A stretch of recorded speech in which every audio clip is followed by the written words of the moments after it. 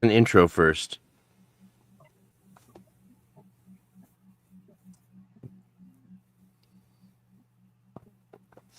"15, 14, 13, 11, 10, 9, 8, 7, 6, 5, 4, 3, 3, 2, 1. And we're live. Go ahead, Luke. Hello, everybody.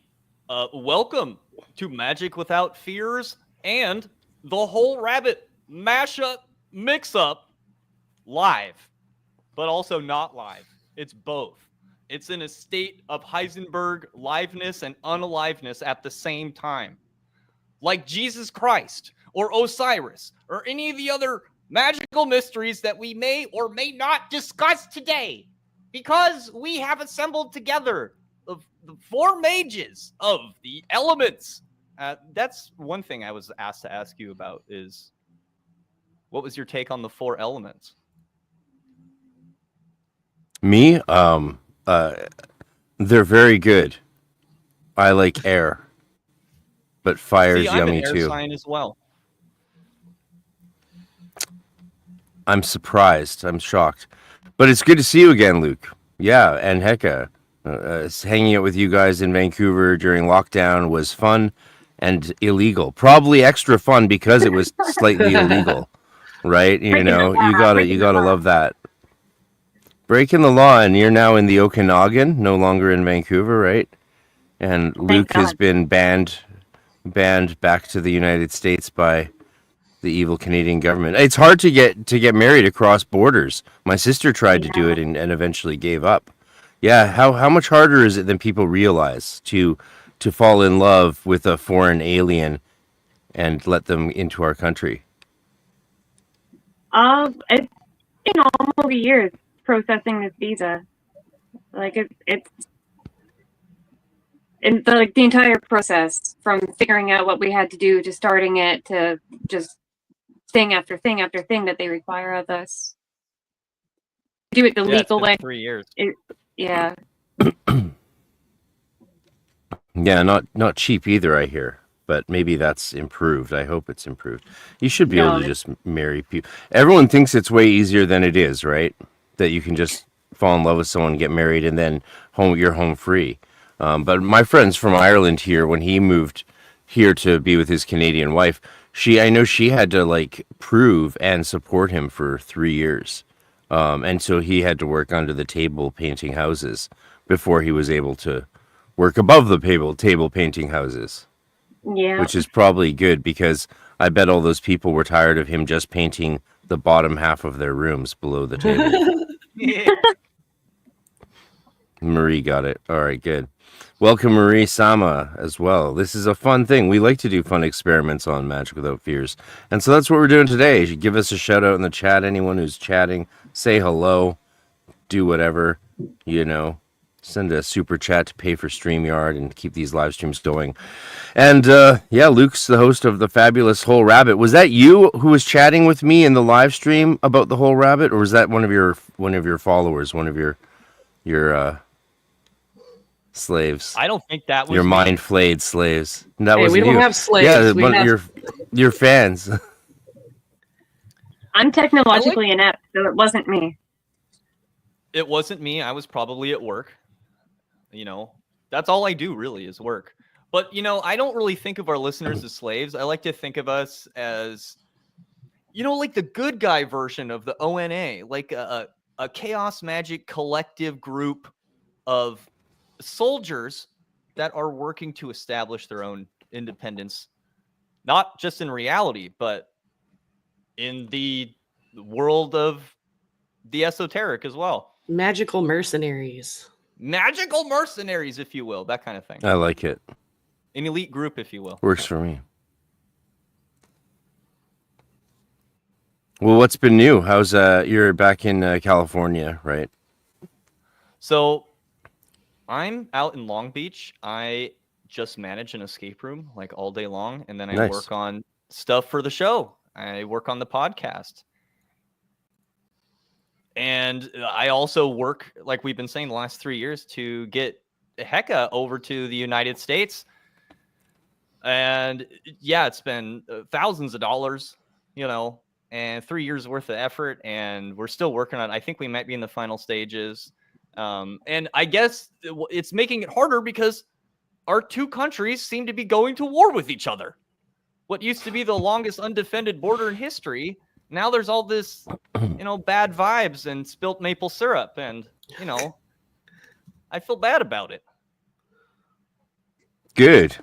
You guys should, because like we can't buy the stuff we even need in stores anymore. Like literally, I was trying to get all these gluten-free things. They're like, sorry, they're all made in America. Nothing for no gluten-free stuff for you. And I was like, yeah, this is BS. I mean, even if it was there, wouldn't the prices be too high anyway? Prices have been high since forever here because of you know, lots of reasons. I'm not used to it. You guys pay less for our Canadian liquor than we do because our taxes are so high. Yeah. And I'm proud to be an American. Yeah, we feel really ashamed and bad.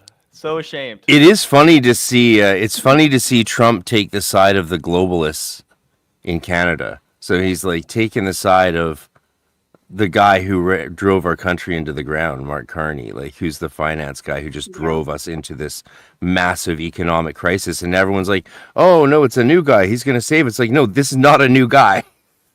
It's not. So it's shocking to see that, and because we haven't been allowed to share any media or news on social media for years now, in Canada, Canadians are at an all-time level of unawares, shall we say? I don't want to say ignorance, because Canadians aren't ignorant; they're just unawares because no one's allowed to share news, and so everyone's even more locked in their echo chamber, or just most of them just tuned out. Canadians, we never really cared too much about this stuff anyway, because we had our own little socialist paradise going on to some extent or another. I mean, but now the Roostons. Yeah, go ahead.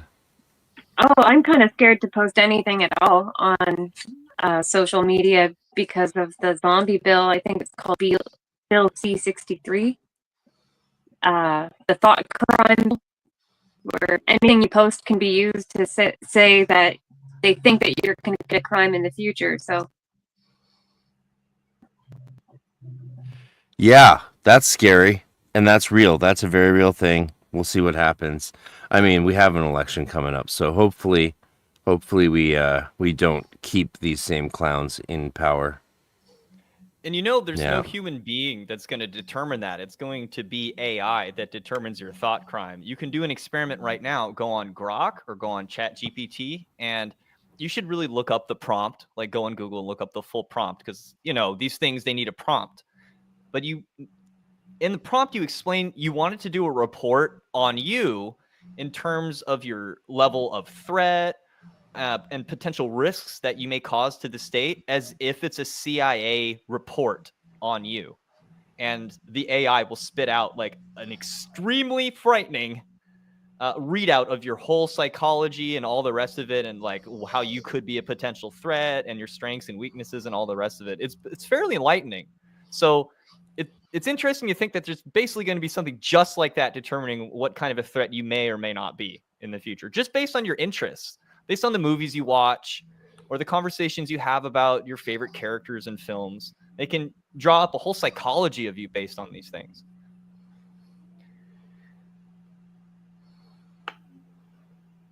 And wizards are notoriously unpredictable. You know, they make weird connections with people. They are into all sorts of things, from hypnosis to willpower and dominating people's minds and all the rest of it. So I think people in the magic community are at an increased risk for that kind of totalitarian thinking. You know, whenever a totalitarian power, I said that funny, whenever a totalitarian government comes to power, that's usually one of their first victims, the people that are in lodges or the people that are into magic. And even when the Nazis rose to power, they came down on the Ariosophists, which helped put them in power.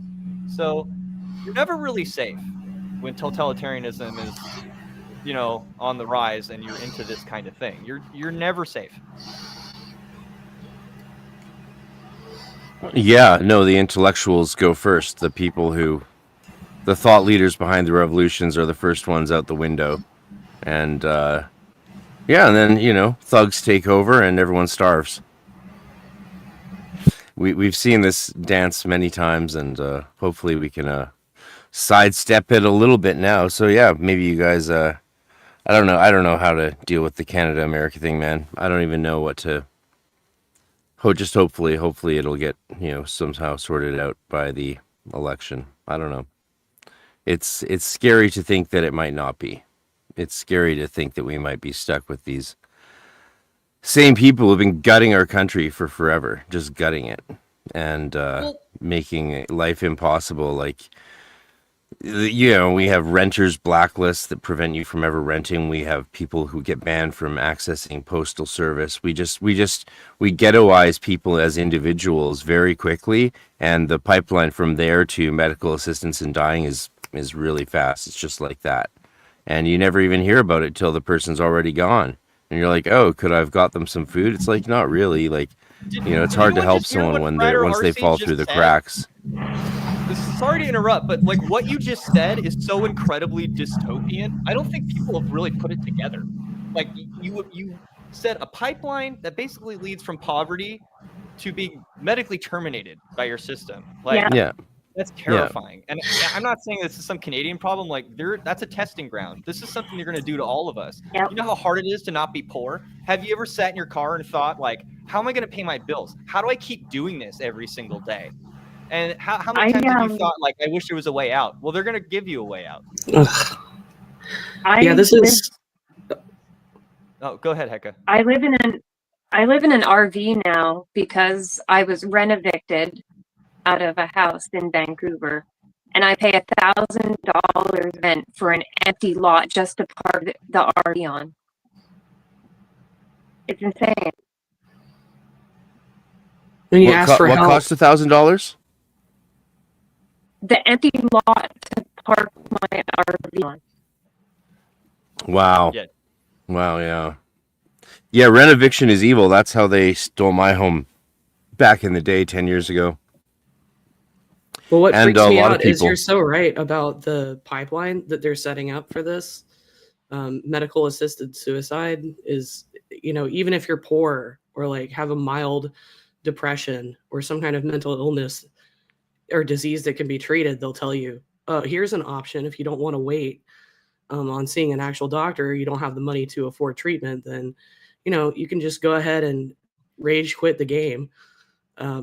And yeah, I'm worried about it too. Like Luke said, that they're intending to roll it out everywhere. I mean, when I first heard about that, I was like, oh, not taking it too seriously, but hearing from actual Canadians going through the system. Yeah, made in Canada. To people that it shouldn't be recommended to is really terrifying. I mean, it reminded me of how The Simpsons predicts the future? It's like, but now it's like in Futurama, they had the suicide boxes, like telephone booths on the street. That's probably what we're looking at if this continues to go away. Yeah, the drugs that they're using to do this as well.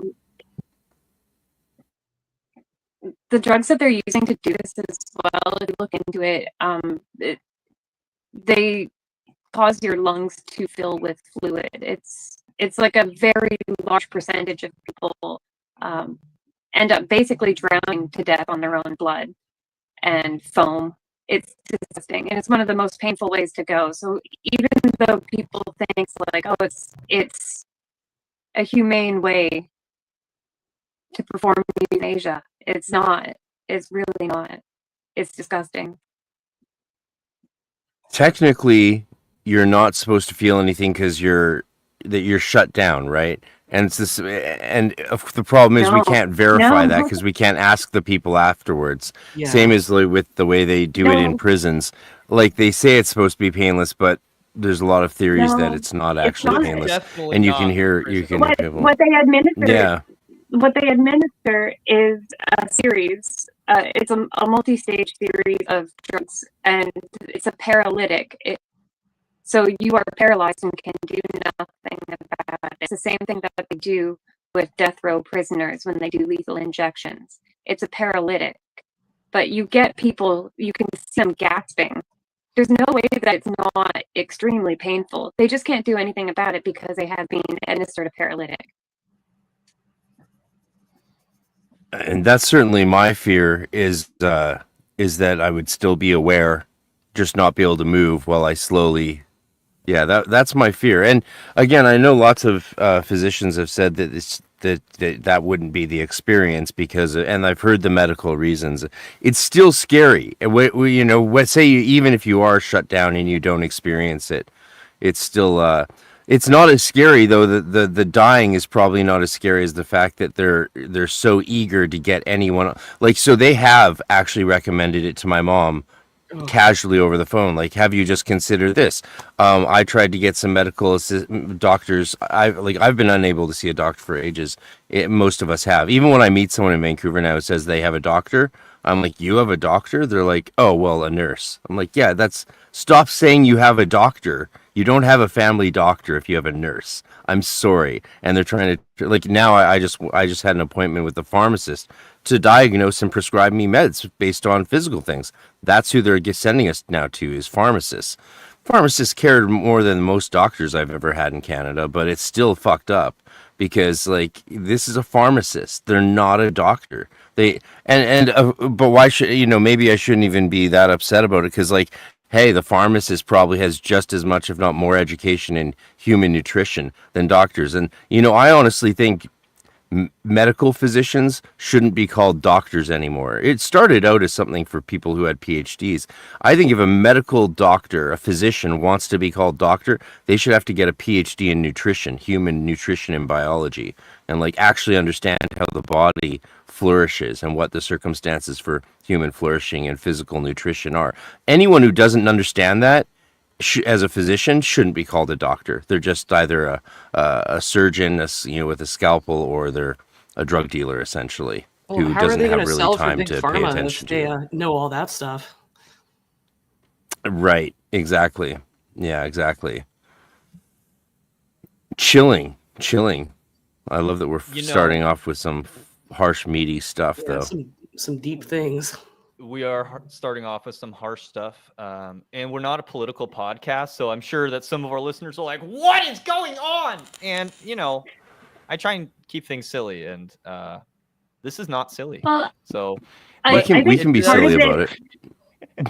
I think part might of it get dark. too is like, I think part of it too is like there's so many people here drank the Kool-Aid, so just the opportunity to talk to another Canadian that actually knows what the fuck is going on is pretty huge, at least for me. So, and then doom and gloom and fear vibes are not going to help in the long run anyway. Yeah. So it is helpful, at least to me, to kind of twist it and have a laugh because, things are going to change. Like, we don't really know what's coming in the future, but as long as we're aware of things, just to dwell on them and become negative, I don't think is going to be helpful to anyone. No, I mean, this topic does transition, though, into an itinerary of topics I sort of had laid out for us because I'm afraid to go entirely off script because I knew this would happen. I knew we'd start talking about the war between Canada and the United States. I mean, it's only suitable, but Well, help us transition into our next thing. Oh, we like transitioning up here. I'd heard that. And also transitioning into death. That Hitler transitioned from Germany to Argentina after World War II. And I guess recently with all these declassified documents, it makes it hard because you get these declassified documents in the JFK file, and it's like these two agents are talking to each other, and they're like, yeah, Hitler got away to Argentina. It's like, I don't know if that makes it true, but like, you know what I mean? Like, now it's like people are looking into it because we know Joseph Mengele got away to Argentina. He died on a beach, pretty much of natural causes. He didn't ever face justice or get what he deserved. And it opens up this bigger conversation that folds into some of the occult stuff we talk about on our show. I wanted to run it past you because you're the serious occultist, You're the one that knows the Hermetic arts probably better than any of us here on the show. I think, anyway. I think. So that being said, World War II serves as essentially the foundation of our mythology in our culture. And in this way, Hitler very much serves as Satan. This came up a bit in our interview with Miguel Connor about his latest book, Occult Elvis, because Elvis had a bit of a theophany. He was driving in the desert and he saw Stalin in the clouds. And to him, to Elvis, Stalin was the embodiment of all that was evil. Because, mostly because of the time he lived in, but it got brought up that Stalin doesn't have that same satanic, super evil vibe that Hitler does in our culture. And it's because we mythologize World War II in this certain way. And it's just to give a shout out to what has previously started this conversation that Luke and I have been having on and off screen. There's a really great video about it. It's quite short, and it's by Jonathan Pageau. And he talks about how our entire world right now that we live in and have lived in since World War II has been informed by the mythology created by World War II. So like Luke is saying, Hitler is, for all intents and purposes, the modern Satan to us. So when you call someone Hitler, it's like the worst possible thing that you can call them. Yeah. Yeah, that's interesting. Well, the reason I bring this up is because when the Nazis rose to power, they got people to do evil things. How? They targeted the medical community first. Instead of, think of it like clipping nails or cutting somebody's hair. These are the people in our society we don't need. They're, quote, useless eaters. And once they could subvert the Hippocratic Oath, then they could subvert the rest of society. And I think that's interesting because, the Hippocratic Oath is like a pagan oath that we take, but it's also perhaps our most Christian one as well, that it doesn't matter if this person doesn't contribute to society. They deserve protection. They deserve to be helped. Like if you're a criminal and you're shot or whatever, doing some bad stuff, the nurse, it's still their obligation to help and heal you. Like my mom was a nurse. She taught me about this. That's your Hippocratic Oath. And so I think that's important. I think it's worth considering that once our medical community is subverted, that the rest of our society can be subverted. I think that was my point.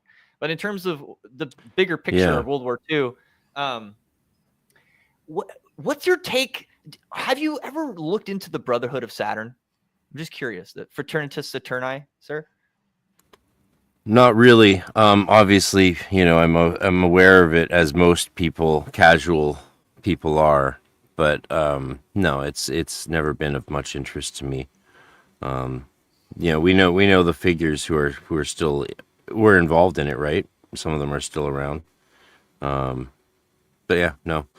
It's sort of a lefty handpathy thing, and focused more on darkness. And I understand why they do that. I understand the theories behind it all, and just doesn't have much value to me. Those sort of approaches. Yeah. And I bring it up just because they played such an important role, at least that's my theory, in the establishment of film as a medium. And we see a lot of motifs that were introduced, like let's say in Metropolis or in Nosferatu, go forth today. I mean, we just had Nosferatu be this hit classic. And there's just some things was it a hit? Yeah. Well, I thought it was awful. Yeah. I thought you it was didn't very like disappointing. It? I thought it was very disappointing, yeah. I thought it was charmless.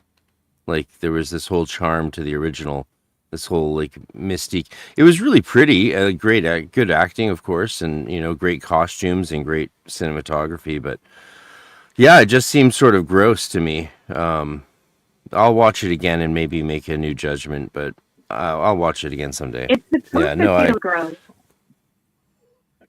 I think what? I just didn't enjoy the experience. And I went in expecting to enjoy it. I think just to present the other side of it is that... Yeah, go for it. I think just to present the other side of it, the original Nosferatu was done so long ago that by the time our generation has seen it, it's a little bit like campy. It doesn't instill that visceral horror that the original did for its audience. And so they brought it into a modern media format and had the intention of having that visceral, disgusting, gross feeling to it, which I think it actually did a good job of doing in a modern context. I felt icky watching it. So I think it succeeded in that light. Yeah, no, I understood. I definitely realized why they were doing what they were doing and what the goal was, and that was the goal. And I was just like, when you watch or when you're having an experience like that, you're like, do I like this? And I was like, no, not really. It wasn't like, oh, this is a horrible movie. No, it was like, oh, amazing. Some amazing actors, I loved the costumes. Holy shit, the costuming was great. The scenery, the set design, some of it was that's what. And I just sort of wish that it was a more, I heard people say they loved the sorcery backstory. It's like, well, I would have enjoyed more fleshing out of that and nuance to that than some of the more gory aspects of it. But, I guess I might have liked it more if I hadn't gone into it with such high expectations. That's actually one of the problems, perhaps. Yeah. I don't know. Well, I might watch it again more analytically and revise my opinion, but overall, it was like, It was like it was a swing and a miss for me overall. Yeah, I'm not sure what a hit would have been though in that for a movie like that. I'm not sure.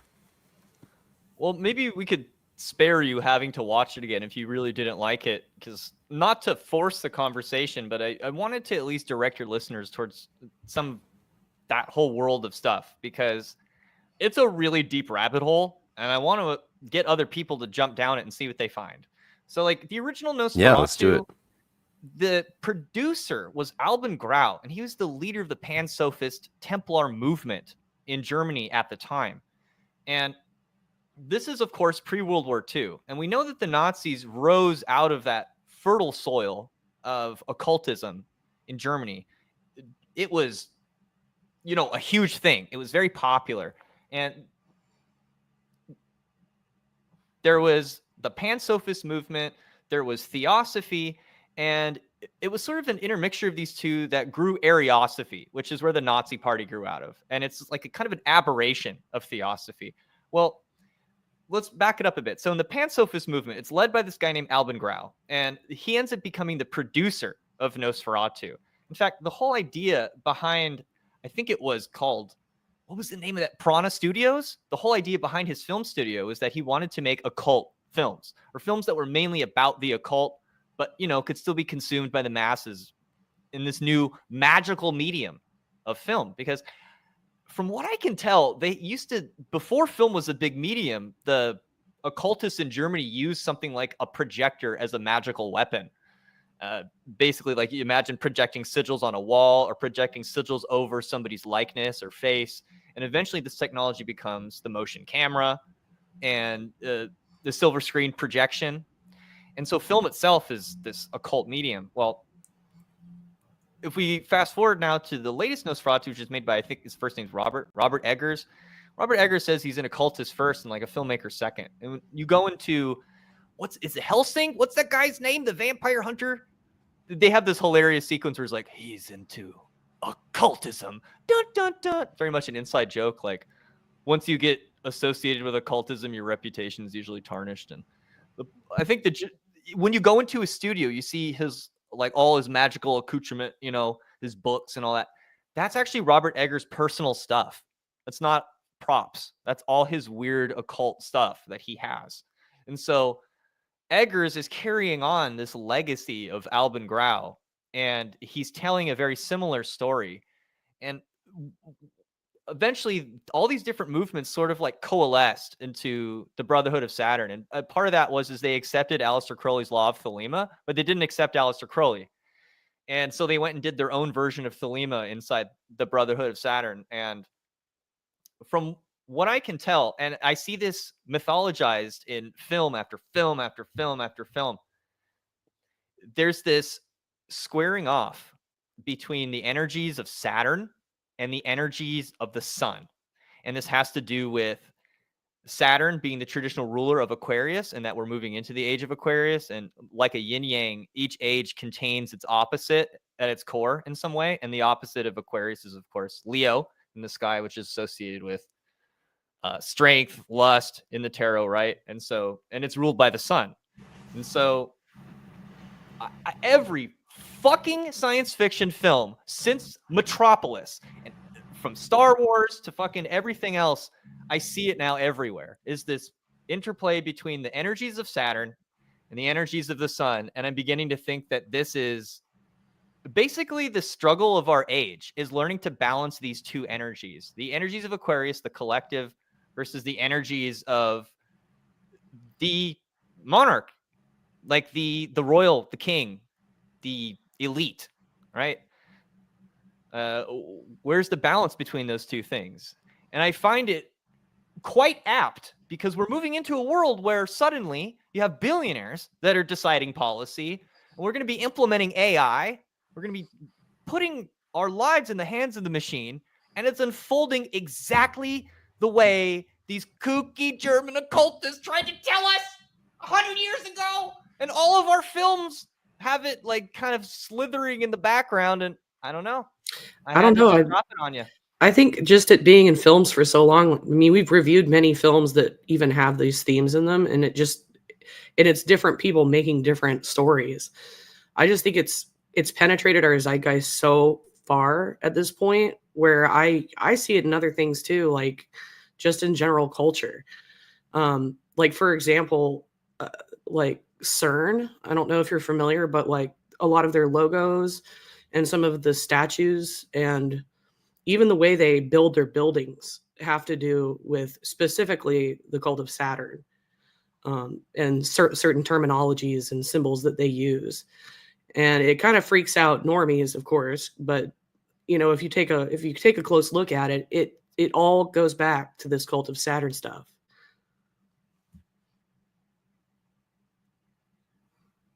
So what is it? What do you think's going on?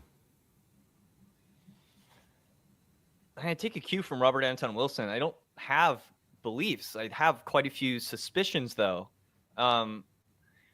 Another data point I wanted to run past you as my senior and elder occultist. Aleister Crowley sort of talks about this idea almost flippantly in, I believe, the Book of Thoth, and in some commentaries on the Book of the Law. He talks about the Black Brotherhood, or the Brotherhood of Osiris, the Osirian Brotherhood, because to him, essentially, the age of Osiris is like the old Aeon, and so the energies that are associated with it become fallen or bad or icky, right? And then the age of Horus, or the Aeon of Horus, is emerging from it, and those are like the good guy, revolutionary energies that we're supposed to get on board with, I think.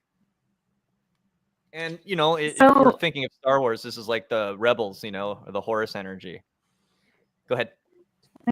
What you were saying previously about the interplay between the Saturnian energies and the solar energies, and for me, I visualize the tree of life, and you've got Bina and Tiferet, and that interplay between the two, or you could say like a conjunction of the two. You have the lovers, which is like the union of the opposites. So culturally speaking, maybe it's a repeating theme due to an end of ages, like a crossing of the abyss, and that we have to have a unifying moment of our opposites in order to transition into that new phase. I think that's picked up in a lot of the different ideologies that we have, but we don't know how to like go about working with it. So in Thelema, you have it as well. You have this kind of like the union of the 0 and the 1. It's kind of a similar idea, I think.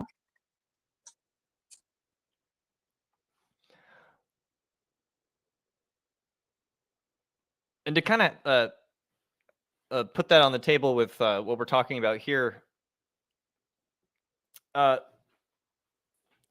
it seems that so much of the old world powers really do have some strange alignment with Saturn. If we just start with the Abrahamic religions, for instance, Christianity has an unfolded cube as its symbol. The rose cross, it blossoms from the cube. And we could, if we're really Gnostic about it, this is us like emerging or being freed from the Black Iron prison. And so Christianity in some ways attempting to like liberate us from that energy, I guess, in some ways you could say. But there's also like in Islam, you have the Kaaba, which is this giant black cube that you have to walk around 7 times, And of course, we could talk about Hebrew faith, how they have a Teflon. Even the name for the planet Saturn is Shabbatai, which is associated with Sabbath and rest, which makes a lot of sense because as Heka has illuminated us on the show and kind of pointed out these connections, there's quite a strong resonance between the Egyptian god Osiris and Saturn. It's almost an overwhelming connection. Like the number 7 be associated heavily with Osiris, the Sabah, which means 7. And then you have Osiris Ra, which is the unity between the 2 energies, which is Saturnian and solar together. And when that is completed, it's Nefer, it's completed. It's one. So it's like a repeated theme over and over and over again, still in a lot of modern spiritual ideologies. I also think that the Egyptian belief was that death was so central to life that it was a part of it, right? And we see that in the Hermetica, in the early Hermetist writings. They talk about, how we're different from gods because we are dying but also deathless. So that makes us more than gods because gods are just deathless, but they're not dying. Whereas we are dying and we're deathless. So we're actually not just like gods, but in some ways more than gods, which I thought's really beautiful. Sort of a nice attaboy for us mortals here on Earth, made of matter and flesh and blood, right? It's like, no, you're just like gods, but even better because you get to die, and then you continue on to wherever. Yeah. So that's sort of like okay. It's like we're like gods, but with the bonus of having a lifetime or 2, or maybe many at once. Who knows? I rant to Luke all the time about Egypt because that's the lens that I see it through, is the Kemetic lens. So everything translates in that to me. And it's like Ka begets Ka. So, and it feeds on Ka. And that's basically like death feeds life. Life becomes death. It's like this entire circle in that Ka soul, which is like the essence. It comes from the eternal Ka. And even technically, the gods die and are replenished over and over and over again. And the Ka that is consumed by the other Ka gets redeemed, one or the other. So there's this constant life-death duality that you see repeating over and over again throughout all of the ancient funerary texts, but even the non-funerary texts in the temples and such. We had a great conversation. It's not so much. It's important for people to probably notice that it's not the Book of the Dead. It's the Book of the Coming Forth by Day, right? It's got a much more optimistic title in Egyptian than it does in English. We misread it slightly. Yeah. Well, life is good to the ancient Egyptians, and essentially, for me, Thelema is not about Aleister Crowley, which it seems to be for like 90% of Thelemites. For me, it really is trying to, it's like the goth mommy version of this Egyptian wisdom that we're talking about now. And this is what makes Thelema different from, say, Buddhism, and what made Aleister Crowley kind of reject Thelema at first, because he pretty much considered himself a Buddhist. It's this idea, and it says it in the Book of the Law, that like once all this passes away, there's pure joy. That's what's left. It's not nothingness. It's not the void. It's not suffering. It's pure joy. That's the base level of reality. And I think that's kind of like what the Egyptians sort of just inherently knew without having to explain it. Like, life is good. Like, this is good. Like, and it, for someone who considers himself a Gnostic, like, a Gnostic is someone who sort of thinks like, this is not good. This is all bad. So I can see it from both perspectives. I think it depends what kind of Gnostic you are. There's lots of Gnostics that thought this was all good. The Hermetists thought this was good. I mean, not entirely purely good, but generally good. And you don't forget, and again, this is something I see going on a lot right now these days with when people talk about Gnostics.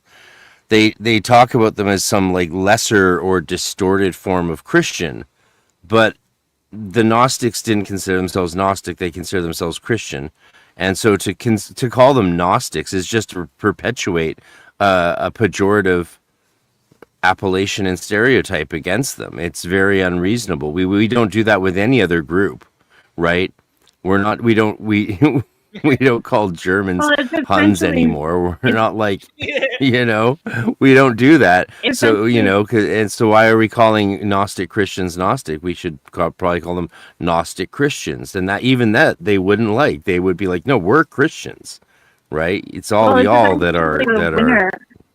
Yeah, it's essentially the winner of the ideological battle from long ago that gave them they have the apocryphal text, which could have been flipped if they were the winners of that ideological battle. It would have been the modern Christian Gospels were the apocryphal text.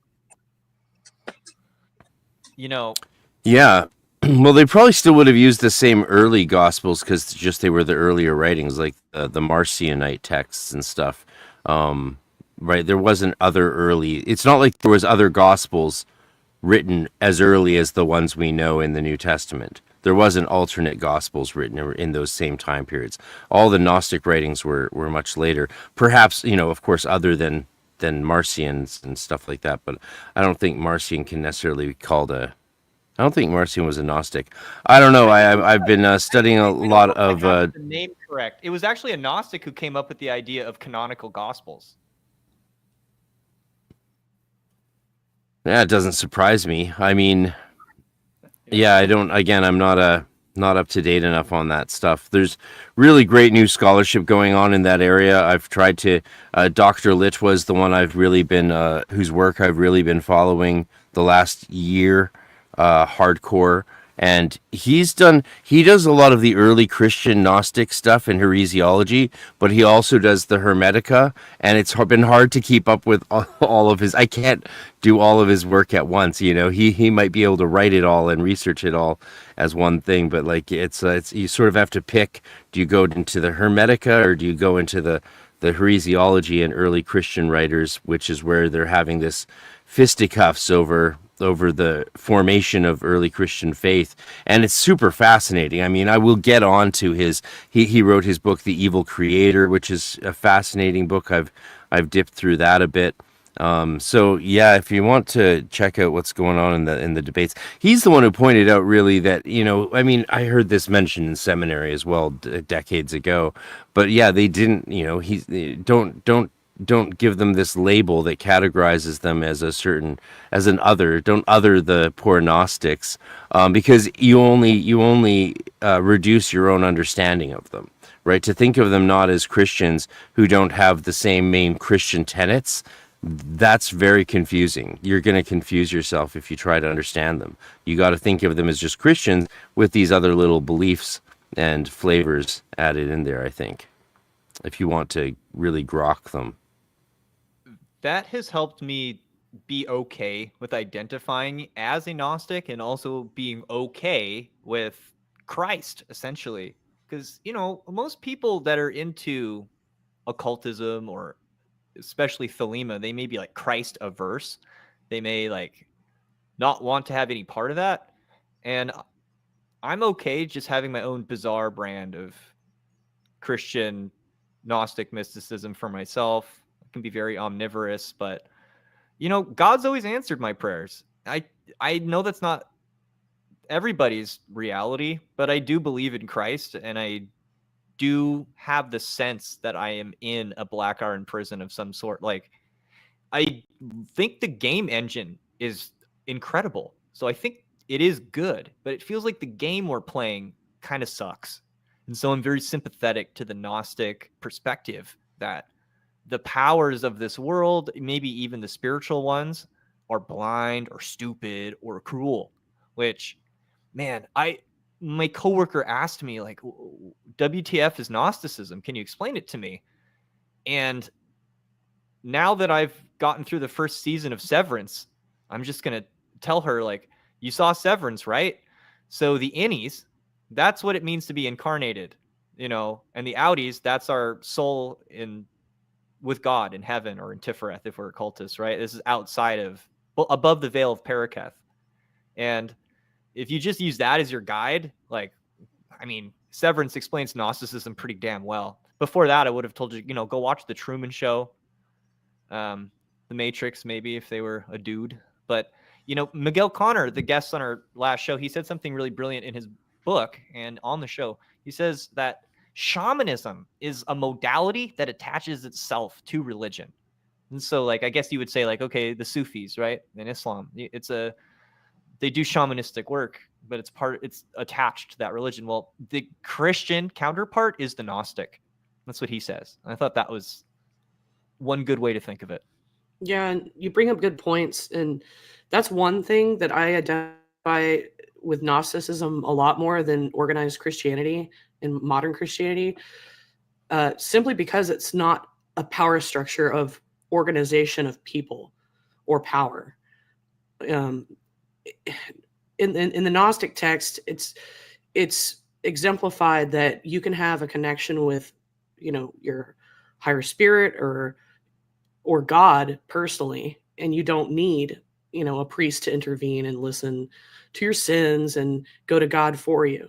And I think that, to me, is what makes Gnosticism so foundational and fundamental. And I think it works better to have people learn that you can have an individual relationship with spirit, and it doesn't have to go through other people. Which to me is what magic is. The notion that we live in a world that's ruled by evil powers is a Gnostic idea. And so the conspiracy theorist is inherently Gnostic and doesn't know it. And even Christians who believe the devil rules the world, that's not a patently Christian idea. The world is good.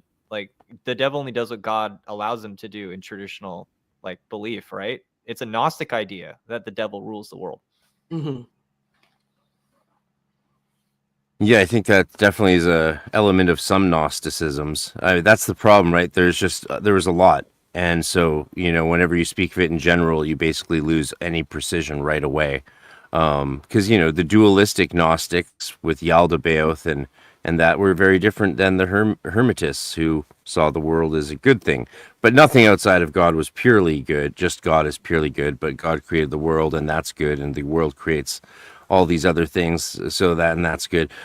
I wonder, Mary, though, when you say that you like the Gnostic form of Christianity, when you say it, that the way you said it, it made me think it sounds to me what you're describing isn't Gnostic Christianity, is mystical Christianity, right? Because in a way, what's the difference between mystical Christianity and Gnostic Christianity? Well, a lot. Gnosticism, the Gnostic versions, have a whole cosmology that's different from mainstream Orthodox Christianity, but they both have mystical aspects.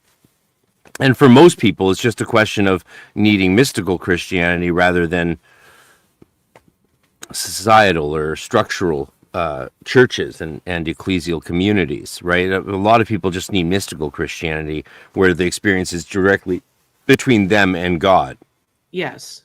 I think it's very easy to conflate that with Gnosticism, which comes with a whole other set of beliefs about the world being general. Often, again, we're speaking in general terms, so there's exceptions. But yeah, in general, Gnostics, especially these days, will see the world as evil, created by an evil creator, and it's a prison. And none of that exists in regular mainstream Christianity whatsoever, of course. But they both have mysticism. They both have the which is just the direct experience of God. That's all mysticism is. People try to pretend that it's some vague term, but it's never been a vague term in any way. So Yeah, that's something I think worth keeping in mind when we talk about Gnosticism. It does exist in modern Christianity if you're acknowledging of both the Old Testament and the New Testament. I like to bring Isaiah 45:7 quite a bit because of this, because it says directly in the Bible, I create light and darkness, I create good and evil, I, the Lord, do these things. So it tells you very specifically that he is the force of creation, which includes adversarial forces. But it's largely glossed over. Well, that's because it's just because something's written in the Bible doesn't mean it has any validity within Christianity. This is a huge error people make. They're like, one of the most common things people say to me when they're telling me what Christianity is they quote the Bible. It's like, the Bible is not as important as you think. The idea that because it says something in the Bible, it's believed by Christians is insane. It's absurd. The more important thing in Christianity is the tradition. The 7 councils of churches.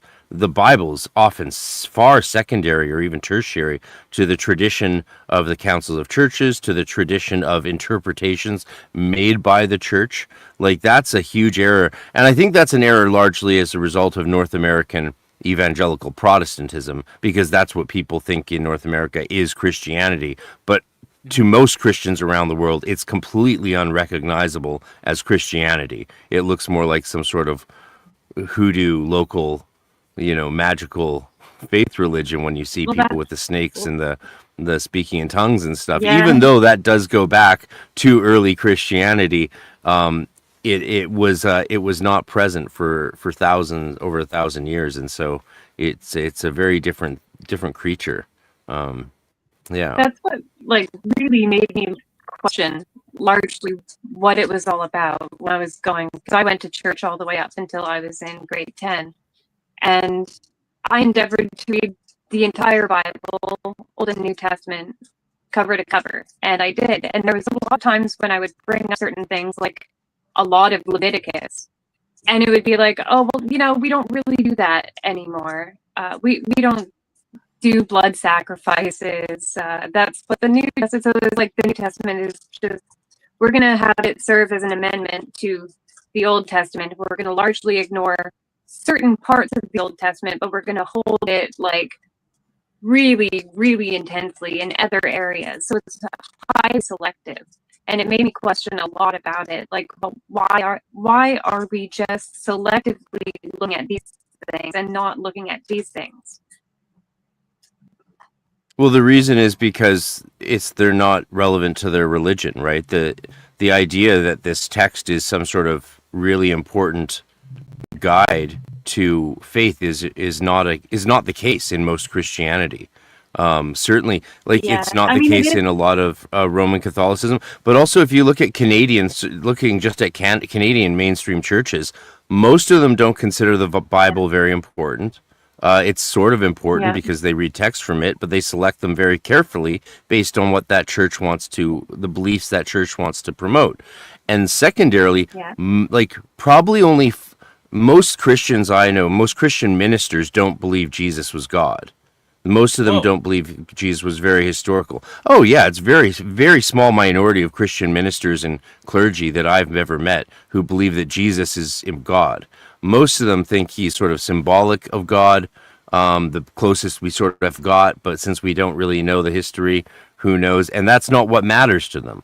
And most of them wouldn't consider God to be ontological. Most of them would consider God to be a human idea. If you walk into an average Lutheran or Episcopal Anglican or United Church or Presbyterian Church, you'll encounter that kind of belief. Not necessarily amongst the parishioners, because parishioners didn't go to seminary and get all this fancy learning. But if you talk to most of the clergy, yeah, you obviously some of them are confessional religions. So Anglican's a confessional religion.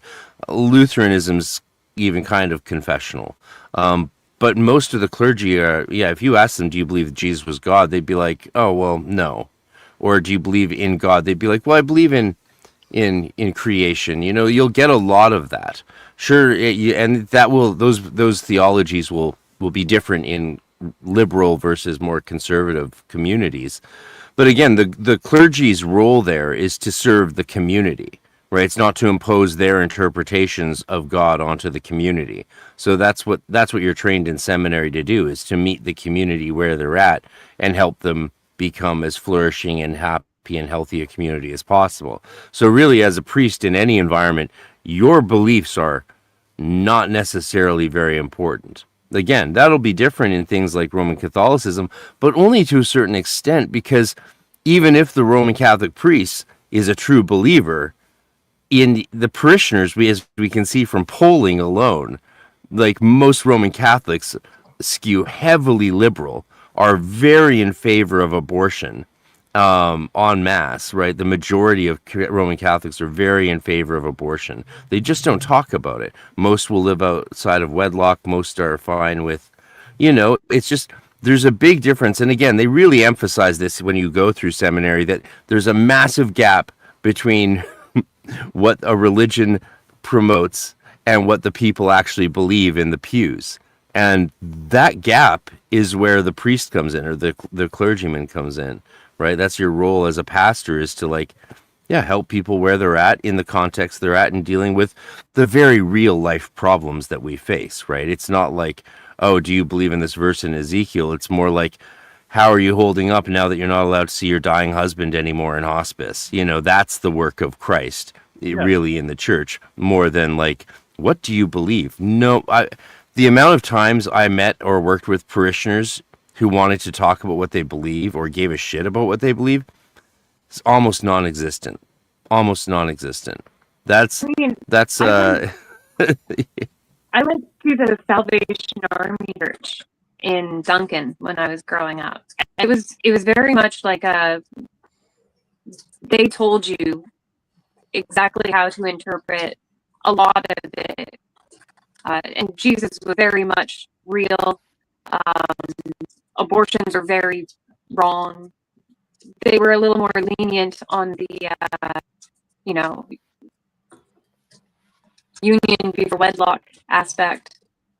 But I showed up one day. I had pierced my nose and my eyebrow, and I had a really long session where they told me that I was mutilating my body. My body was a temple, and it was pretty that's not what you do, which is, the Salvation Army, I always thought of it as being a lot more lax than something like Roman Catholicism, but apparently not.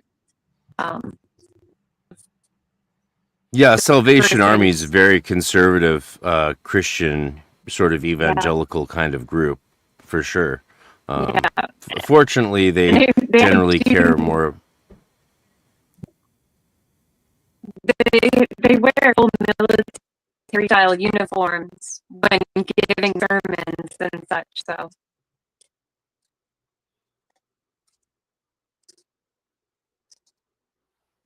Oh, sorry.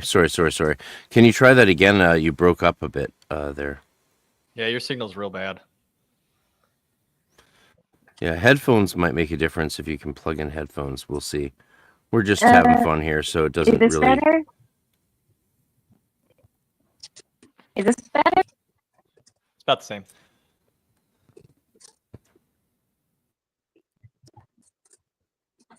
I was just saying that they wear full military.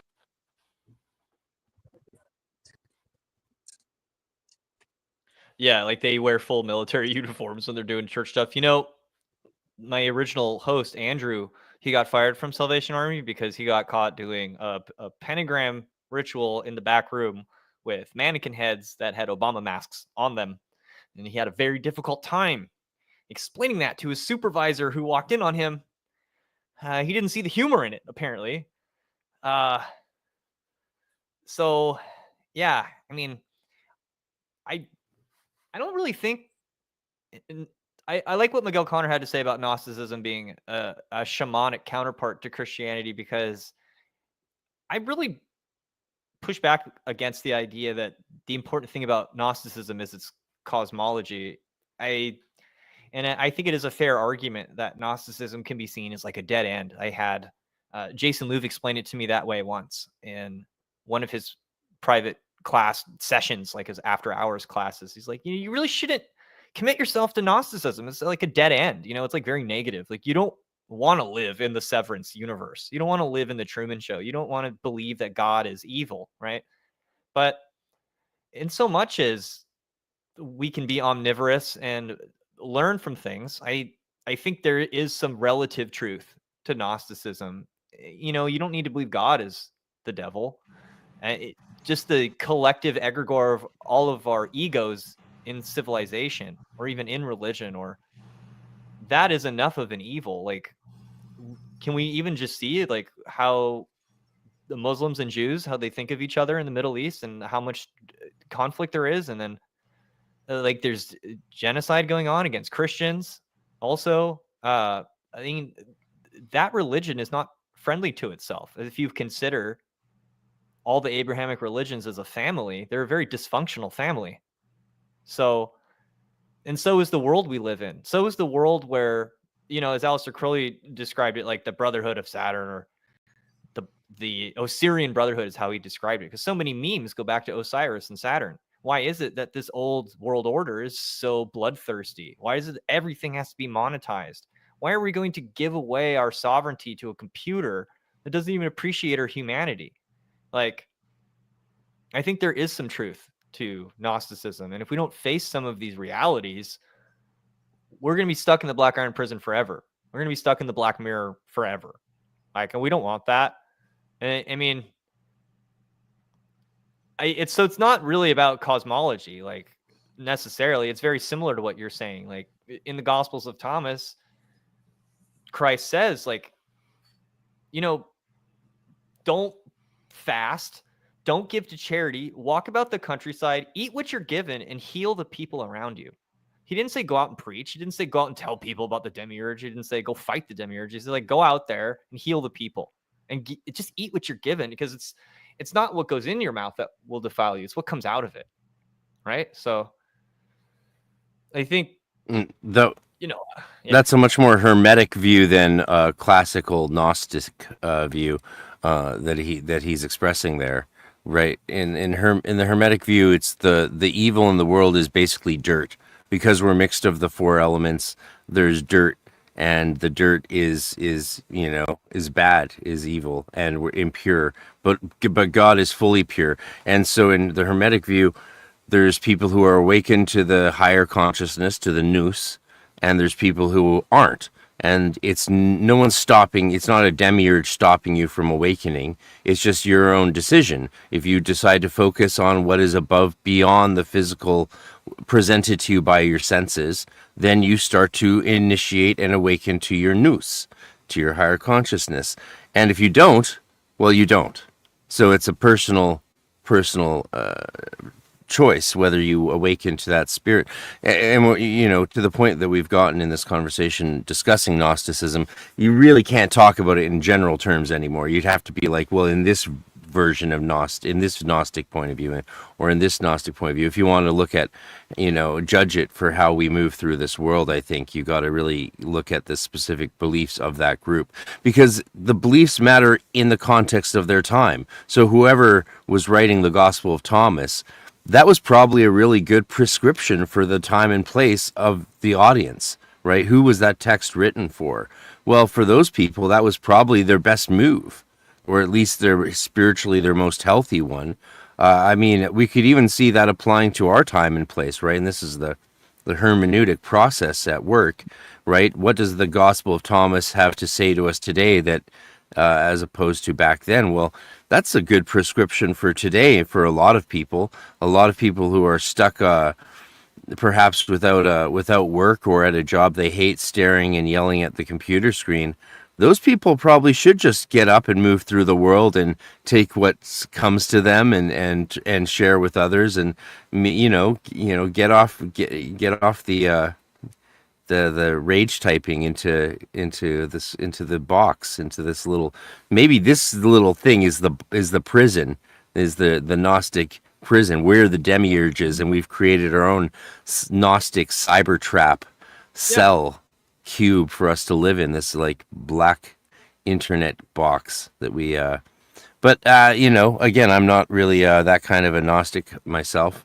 And for people who want to talk more about Gnosticism with me, David Litwa has a Gnostic Academy. I'm going to do a shameless plug for his Gnosis Academy for anyone who wants to really hash these things out and actually want to have the perspectives of one of the few experts on early Christian thought and teachings. That's a great little spot to we have a monthly meeting on Zoom, and so Dr. Litwa's Gnosis Academy. If people want to really dive into the history of Gnostic traditions, Hermetica, and other early forms of mysticism. Yeah, you're not exactly Gnostic until you start talking politics. Then you get very fucking Gnostic, sir. I mean, that's what we started this conversation talking about thought crime. I mean, thought crime. I mean, just trace that back to its lineage. You got Minority Report, right? I mean, who wrote that? Philip K. Dick. Who was what? 21st century Gnostic saint. And we have him to thank for Total Recall and what else? Innumerable others. There's a reason that when you win an award, the Science Fiction Academy, they give you a Saturn Award. Like, this is a meme that has existed intact through the history of science fiction. And this concept of the Black Iron Prison has been well explored. And it wouldn't be explored if it didn't speak to people. And it would be ignorant to look at the world we live in today and not see archonic influence or be able to at least look at it in that lens for a minute. They live, you put on the glasses or consume, obey. I feel strongly that the elements that informed the Gnostic cosmology are things that are active in our universe. And it's a matter of interpretation, sure, but they definitely represent some truth in our life. I don't think everyone needs to be a Gnostic. I don't think everyone needs to be a Christian, but I think there's a reason these motifs speak to us. I really like the Gospel of Thomas myself. I'd say that's my favorite. The ones that really do focus on all the cosmology are less interesting to me, but they do help inform the really cool movies that come out here in the 21st century. It's like, well, we could base this character on the Zoe, right? Or we could base this character on the Barbello. Like, go watch the Barbie movie, for an example, and then suddenly this abstruse, esoteric Gnostic cosmology is something that we can all relate to and understand when it's Barbie, or when it's Neo in the Matrix, or when it's, Severance. I could go on and on. It's just all the things that we love so much in film. So I at the end of the day, though, it probably is like what you're saying, where if there is such an evil demiurge, it probably is like the egregore of our collective egos or something like that. It's like our unexamined assumptions. And I started this episode with a ham-fisted intro where I asked you about how you feel about the elements. And so we've arrived full circle where is Earth the evil element? Well, not necessarily, but Malkuth probably does have some qualities that run counter energetically to the world above it. I mean, Malkuth is the one sphere on the Tree of Life that doesn't talk directly with Tifereth. It's the one that's cut off. And so every other sphere has that connection to glowing, wonderful, magical Tifereth, which is itself a reflection of Kether. So we're cut off.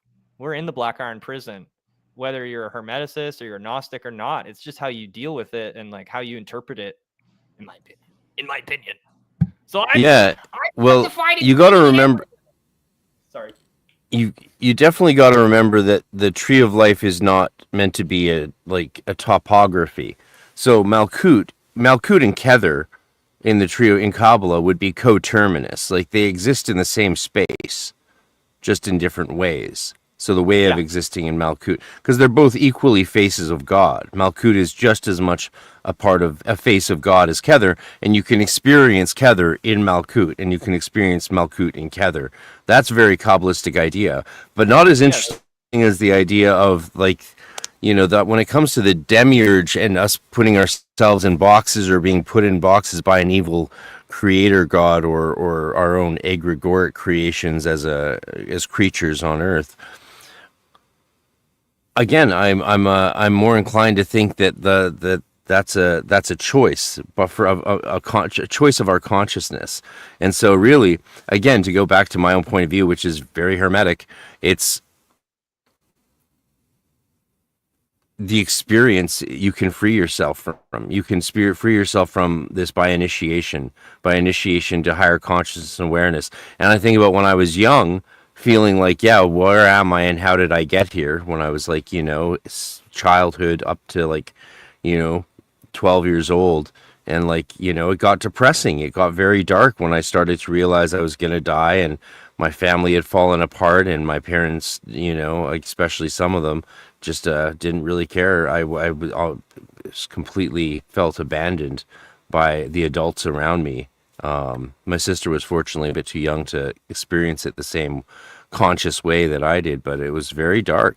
And it was this awakening to higher consciousness around that age, 10, 12, 13, awakening to the higher life of Nous. And that's when reality started to seem good to me, right? Not that it was clean and pure and full of, and free from evil and darkness, just that it was fundamentally good because of the way in which I now related to it. So it was that initiation into higher consciousness, into Nous, that gave me awareness of the idea of the monad and the oneness from which we all come.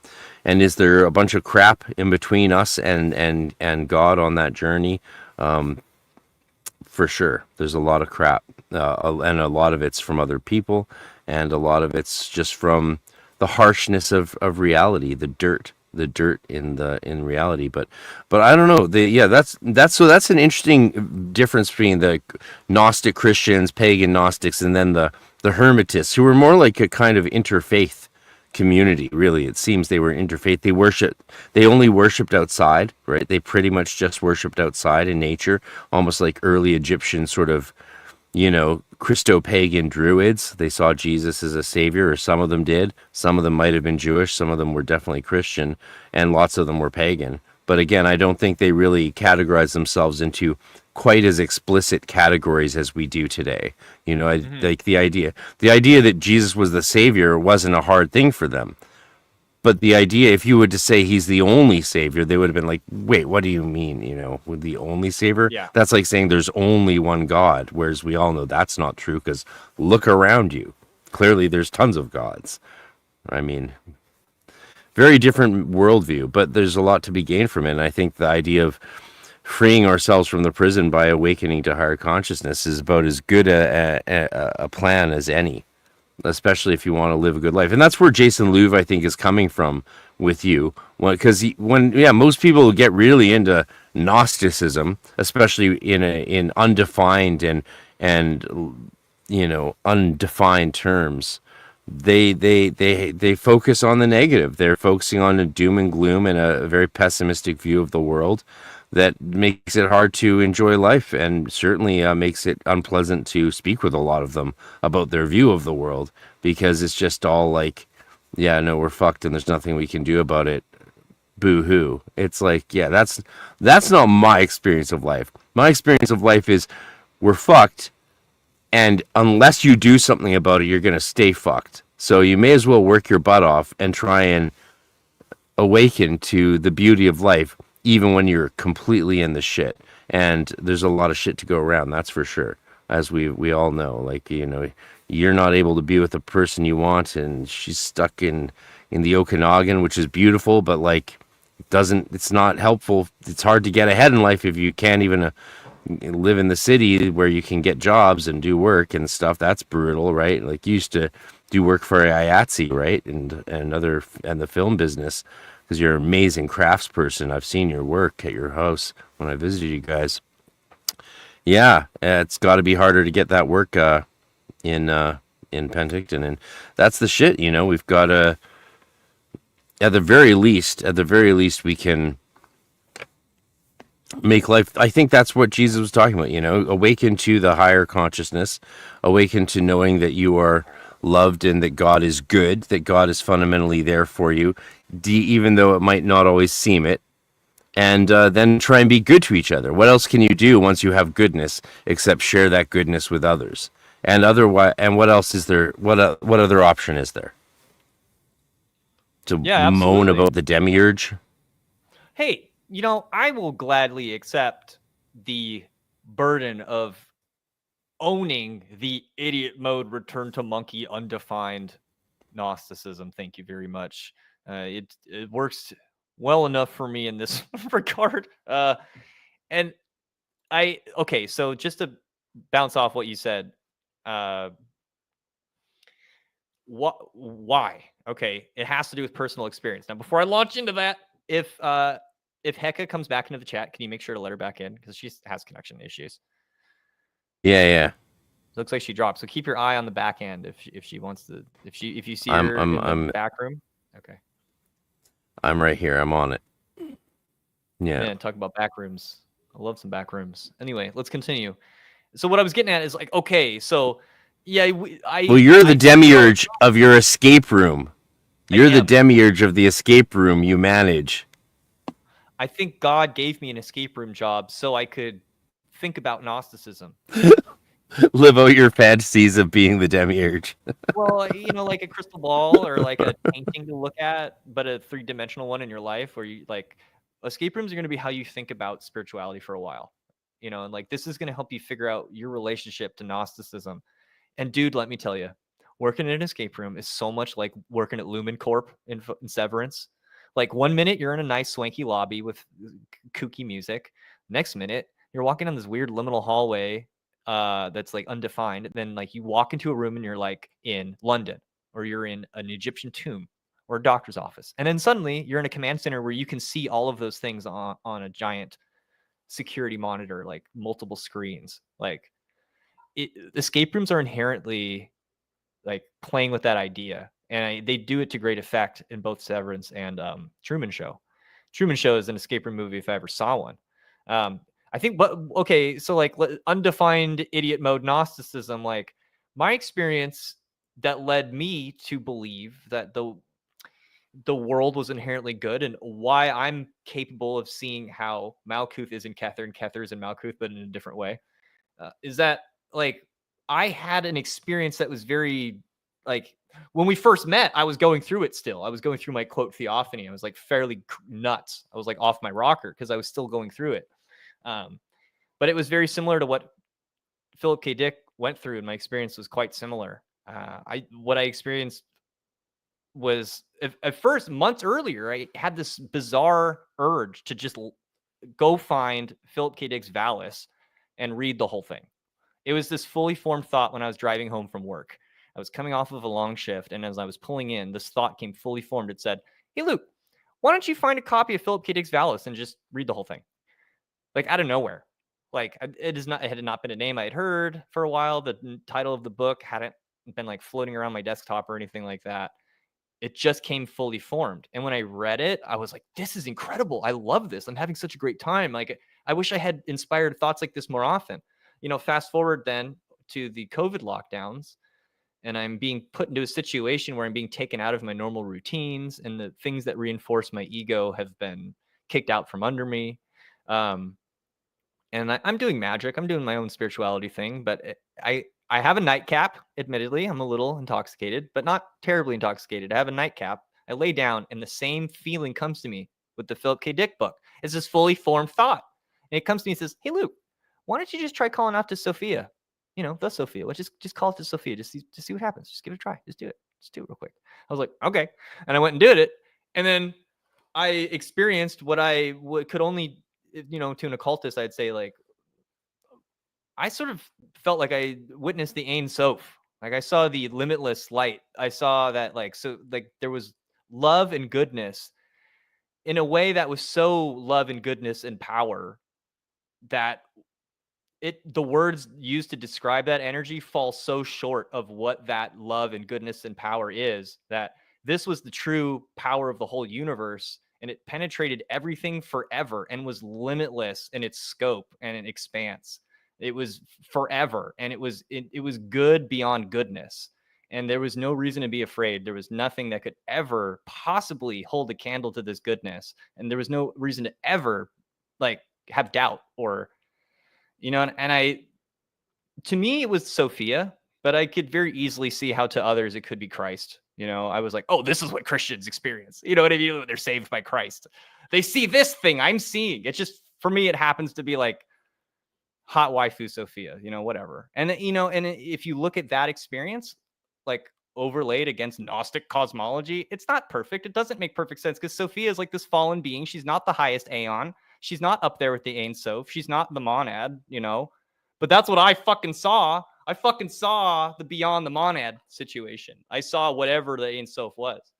Okay, Hecka Astra's saying hello, so you should try again to let her in.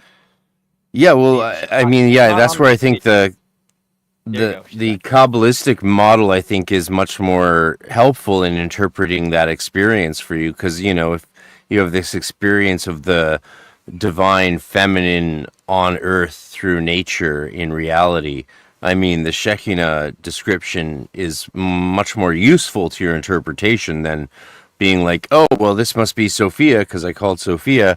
Oh, but Sophia is not actually that good in this worldview. Yeah, maybe it's not a good worldview, you know.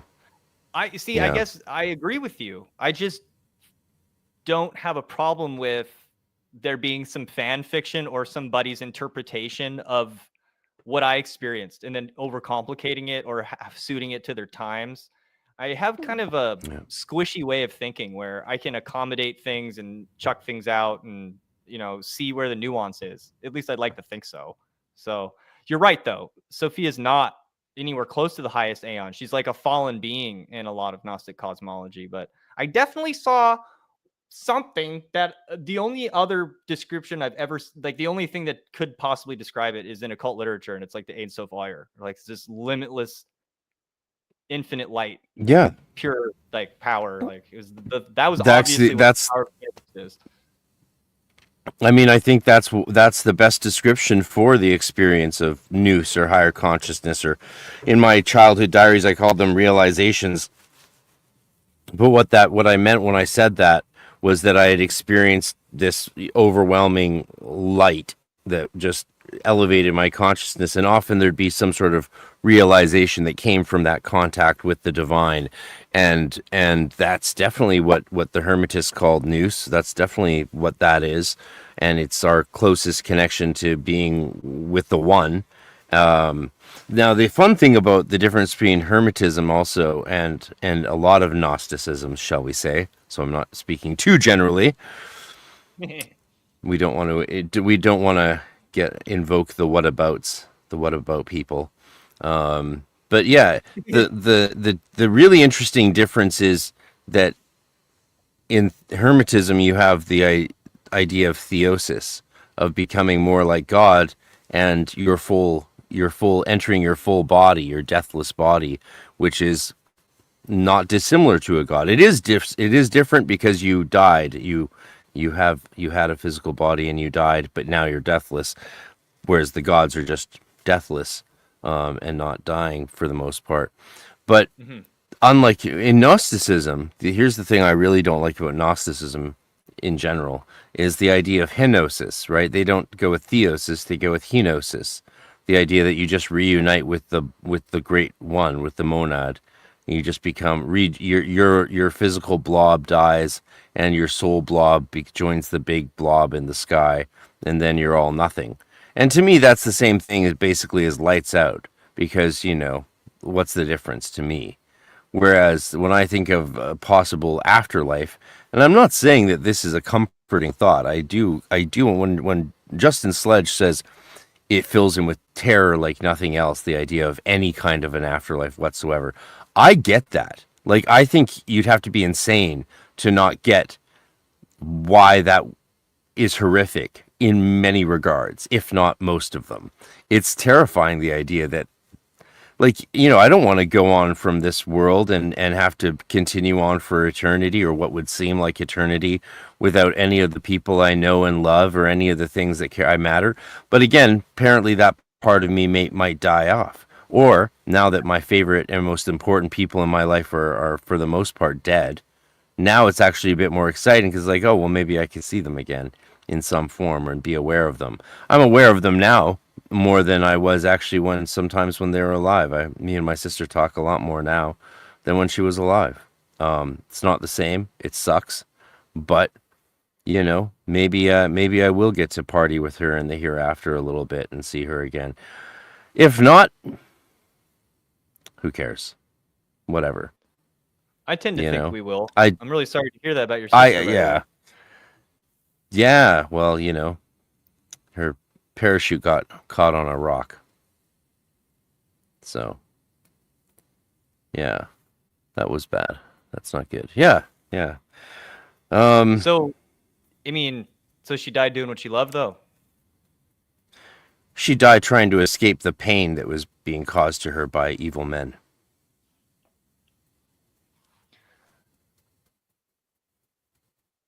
And you say you're not a Gnostic. I'm not a Gnostic. I believe in Gnosis, for me, the Gnosis, the secret Gnosis of the universe, is life and light. Right? You have to focus on the light and life and become aware of it, and right. Otherwise, I wouldn't be functional after she died. I would have been like, you know, I would have just gone on some crazy revenge movie plot, you know, like full on payback style or something. But my beliefs don't allow me to do that because I don't believe that is the way. Right? I am a follower of the way of Jesus of Nazareth. I do believe in life and light. I do believe in forgiveness and grace. And I believe that by pursuing those darker impulses, we destroy our own soul. And I believe that the people who hurt her destroyed their own souls.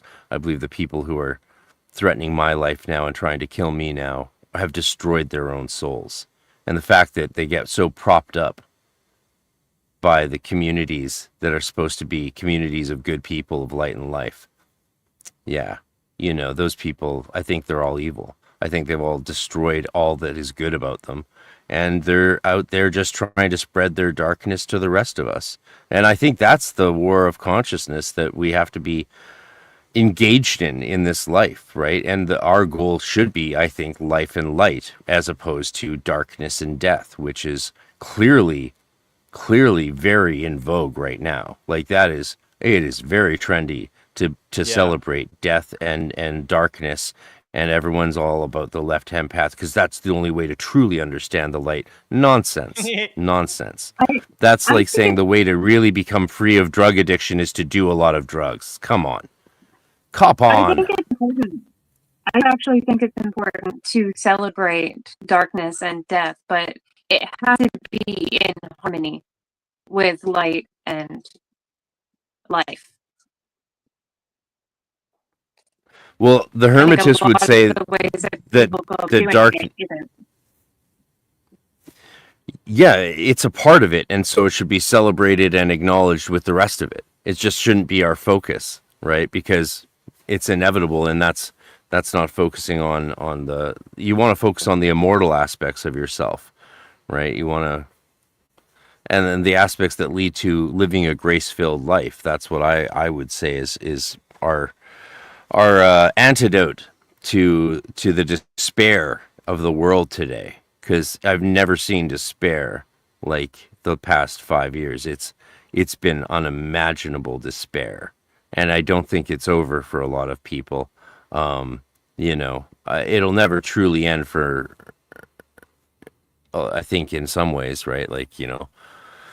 But I don't know. I don't know why I'm not despairing. I didn't despair when my sister died. I didn't fall into that darkest of sins. And neither did I run off and go, you know, get revenge on the people who had hurt her and hurt us. You know, I didn't do that. I chose a different path that's conditioned by decades of belief and faith and spiritual practice. And I think that's a good thing, because if I didn't have those decades of that discipline and those beliefs guiding me, then I would probably have run off and become some sort of, you know, dangerous person. And when I see people running around doing horrible things, they all lack one thing in common, which is any form of positive belief system. Right? They are the people who it's not crazy. It's like I made a Facebook post about this. I had to say something. I'm like, how come it is all these people who are like into the edgy darkness stuff, who are also the ones you then hear about running around, you know, robbing, murdering, and raping? Well, right. It's not the people who are focused on life and light that I see going around doing harm to people. It's the people who are like, no, I'm going to find my true self through the darkness. It's like, yeah, well, on the way, you're going to destroy many lives, probably, including your own. So, darkness and death is inevitable. To focus on it, I think, is evil. Well, to be fair, in ancient God Egypt, believers. Go ahead. In ancient Egypt, they would say that those people's ba's have flown, meaning that they've lost touch of that spiritual aspect of themselves, that holy spiritual aspect of themselves, and in turn have lost touch of their true will. Yeah, I like that. I mean, yeah. Someone in the chat says, the quintessentialist says, and thou, Melkor, shalt see that no theme may be played that hath not its uttermost source in me, nor can any alter the music in my despite. For he that attempteth this shall prove but mine instrument in the devising of things more wonderful, which he himself hath not imagined. The Silmarillion. Annulindele. Thank you very much for that, Mr. Quintessentialist. Thank you very much. It's a great quote from the Silmarillion. Evil in the world, like evil does a 1, and then the good that comes from it is a 10. Is that like what it's saying? Like, that's a thing.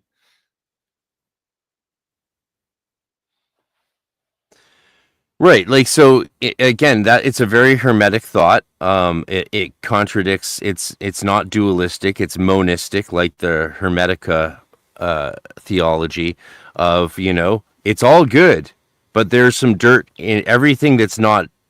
Only God is purely good. Everything else has a bit of dirt in it, even if it's just part of the process of creation, right? So, like, from that simple point of view, from that very simple theology, we get the idea, well, then we should try and be as clean as possible, as pure as possible. The Hermetists believed, and again, you got to remember, the Hermetists were a pushback in a way.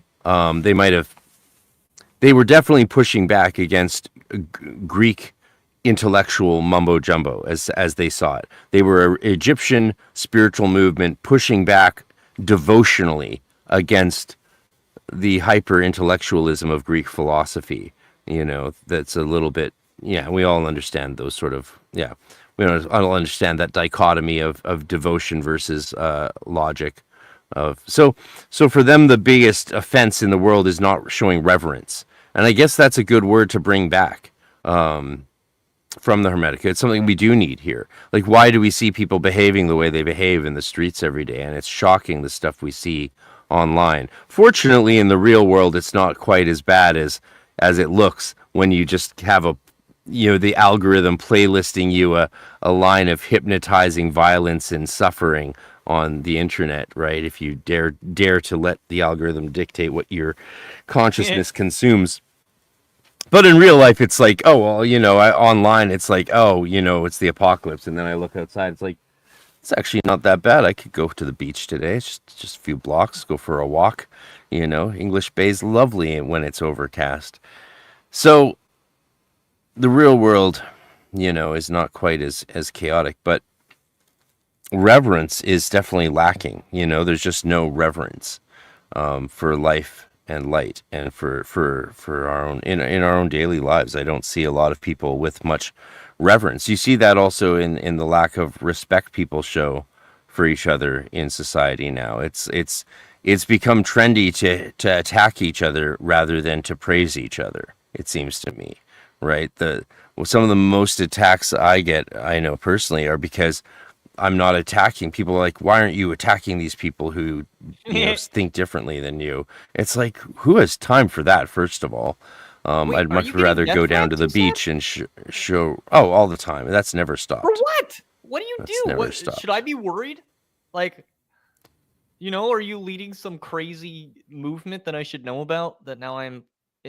No, it's just people have committed a lot of serious...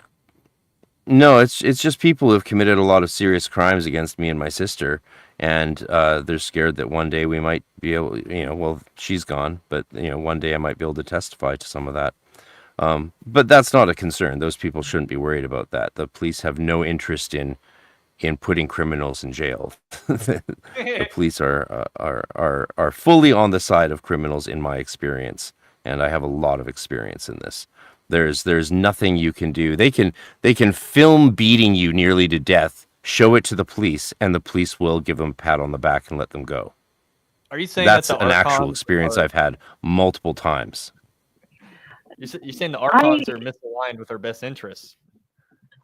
I think that there's a necessity for the freedom of opposing opinions, because there's not really anything to transmute without that adversarial force.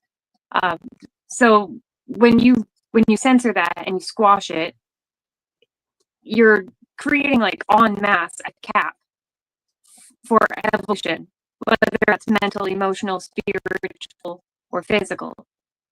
You're capping it and saying no. And I think that's probably the most inharmonious that we could possibly do to ourselves.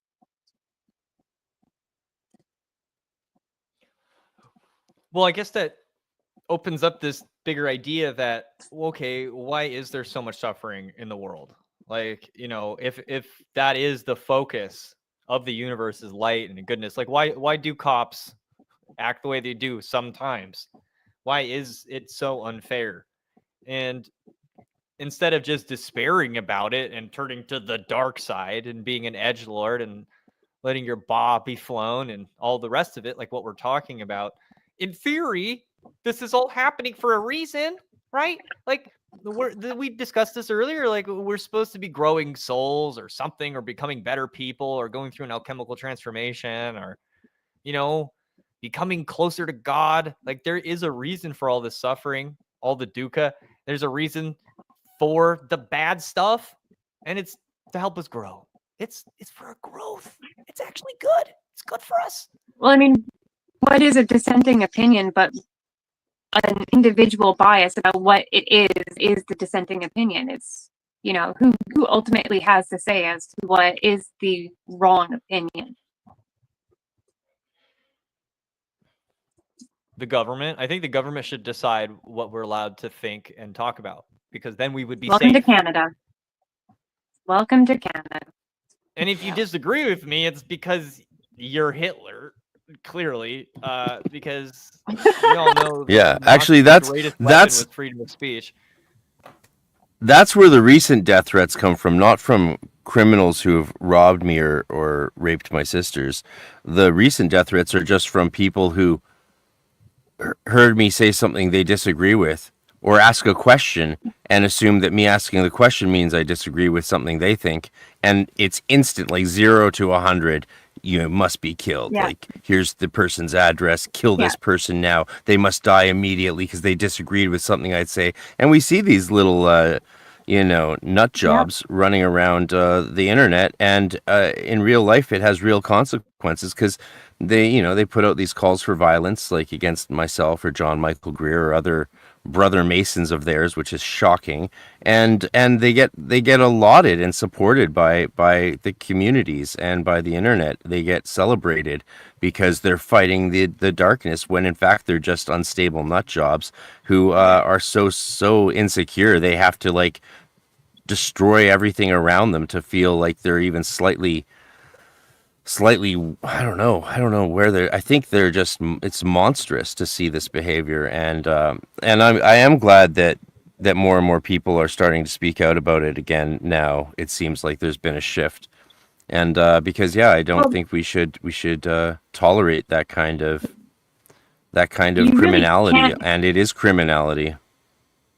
You really can't have a functional democracy to be able to get what the main opinion is if you do not have freedom of speech. That you can't have a democracy without freedom of speech, freedom of thought, freedom of belief. It's no longer a democracy. We're telling you what to think, and therefore it's authoritarianism. Yeah.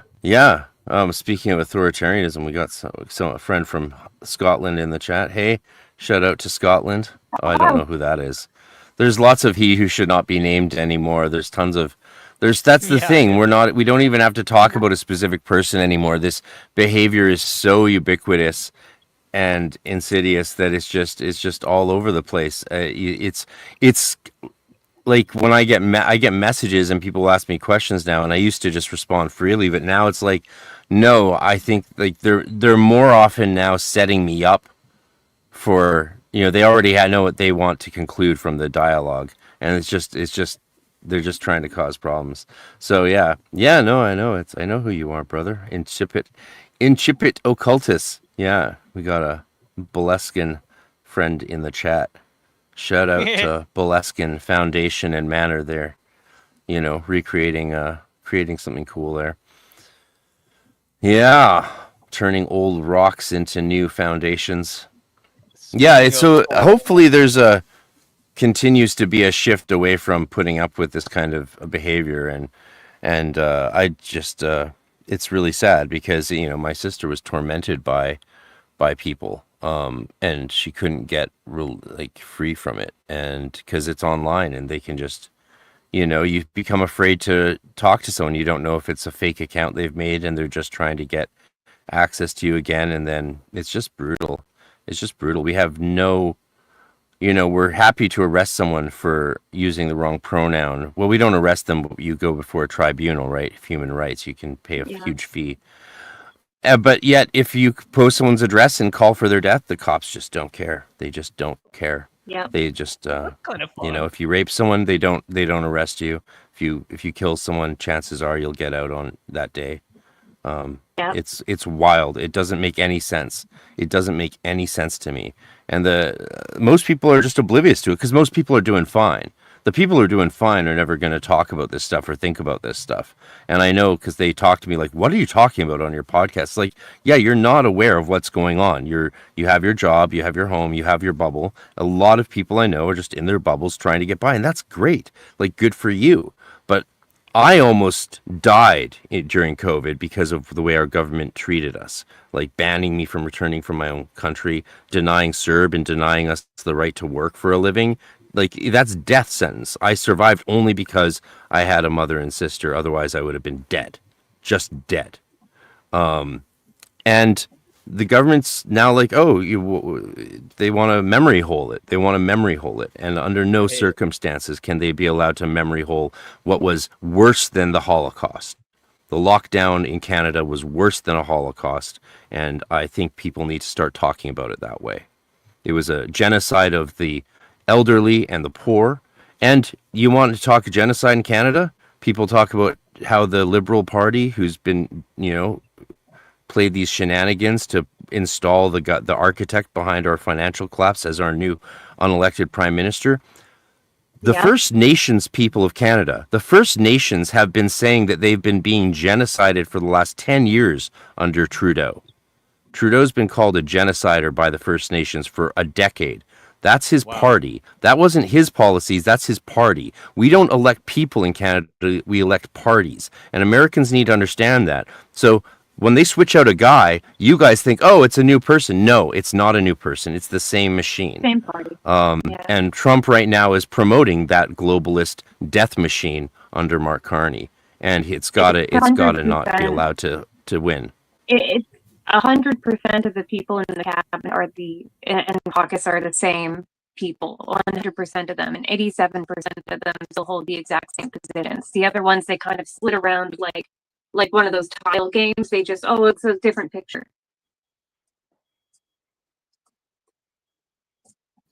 Different picture. You gotta love it. It's like it's a new person. It's like just a different photo. Yeah. They shave their mustache off. They're like, I'm the new person. It's like, wait. It's like that Scooby-Doo meme where it's like the mask comes off and it's the same person. Yeah. Trudeau pulled off his black-faced Darth Vader mask and it's Mark Carney and it's Trudeau, but then he pulls off the skin face and it's Mark Carney. It's a horrible situation up here, And as much as weird as it is to think that the conservatives are our only hope, in the short term, I believe that's the case. Long term, go read Whitney Webb. We're all kind of fucked, I think. You know. Okay, so that's been the controversy in our Discord, is I think some people in our community, they feel abandoned by the Democratic Party in America. They feel like the left has kind of like moved on without them. They don't feel invited to the party. And so some of those fence sitters became like temporary Trump supporters, but a lot of those temporary Trump supporters are not really that into Trump at all. They don't like Trump. And a lot of like, it doesn't like, it doesn't seem like he's done well by his fence sitters. Let's put it that way. I feel that personally because, 10 years ago, I voted for Justin Trudeau. I used to be a liberal. I used to believe in all of the things that he had presented, which turned out to be lies. And it turned out to be a really horrific agenda. A lot of that agenda was proposed in the shadows by Mark Carney. And I think a lot of people don't understand that. He's the leader of World Economic Forum. He's a globalist and he's a hypocrite for all of his policies. Everything he says up front, he turns around and does the exact opposite behind him. And so I think it's the same situation in Canada where the people who actually understand what has happened since having previously voted Liberal are now disenthused with what has happened. And it's their own fault. It's that party's own fault for basically ruining our country. And I never thought that I would say that about the Liberal Party. I never thought once I would say that. Yeah, I'm liberal at heart. Yeah, all the way. I mean, Well, liberal, yeah, you gotta divide the terms. Like, yeah, you gotta, like, again, 2020, I was one of, like you were saying, Hecka, I was one of those people, like, who was betrayed. I felt betrayed by my own team because I saw this complete hatefulness and lack of compassion rise up from my own left-wing world that I had always considered myself a radical member of, because I believed it was like radical compassion and radical understanding and radical, and radix is in the root, get to the root of what it is to be good. And I thought that's what the left was sort of about. And I thought the conservative was about, keeping things the same way and not letting people be happy. But things changed during COVID. Things changed, of course. And, I'm not a fan. The thing that probably kept me from being what people call red pilled. I didn't get red pilled. The thing that kept me from that was probably just, again, my spiritual ethos and belief of the middle pillar, of the middle path, of mildness. So don't go to radical extremes. So really, I realized radical compassion and kindness and goodness is not a left thing. Right, like the Hierophant says in the Neophyte initiation, right? Too much mercy allows evil to exist unchecked, thus making itself, as it were, an accomplice of evil. And so you do need that middle path. You do need to sit on the fence and have eggs thrown at you from both sides. I think that's the best way to go. And when it comes to politicians, the thing that's really saved me is I don't identify with the people. I've always known that identifying with anything is very psychologically destructive, including identifying with yourself. That's one of the worst things you can do, is because then you fracture yourself into two selves, the self you identify with and who you really are, which is beyond identity, right? It's even divine in its core, I think. So, as soon as you create a mask for yourself to wear, you create a schizoid fracture and begin the descent into, incongruency. And then you have to, of course, then you have to go through, then if you're lucky, you'll do some work and reintegrate yourself. And that's always traumatic, of course. Separating from yourself is traumatic. Reintegrating with yourself is traumatic. But people focus on the person a lot, like especially in the States, because you elect a people. So you focus on the person, and then even when the person does something bad, you're still cheering. It's like, no, don't do that. Like, maybe we should look at politicians as like little infants or toddlers. And, when they do something good, they wipe their butt. You're like, yeah, that was good. Like, do more of that. Because, people say all the time about Trump, like, he loves to be praised. So praise the things you like and condemn the things you don't like. Treat all these politicians like little babies who don't understand the difference between good and evil, and they're just doing what they feel like they should do, or what someone bigger than them tells them to do. And it's hard to know how to react to that kind of world in which we have leaders that infantile and that disinterested in I don't know, equilibrium. What I'm really hoping will happen is that, because I view it as a collective, and if there's enough of the collective that becomes constantly aware of how fractured it is and how that needs to be integrated, how the entire collective fracturing needs to be reintegrated, then I'm hoping that they will consciously choose alongside the others that choose to do so, that they'll consciously choose to do the work, to put that work into doing the alchemical transmutation that is the moment that we're in right now.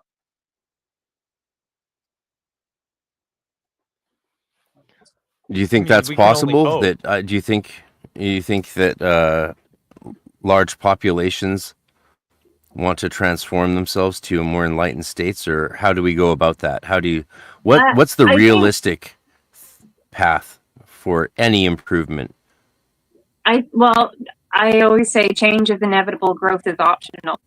It's inevitable that something is going to happen. What we do with it is up to the collective, and it's a lot like neurons firing in the brain. It's like whoever gets the most votes democratically as a consciousness, that's how it works.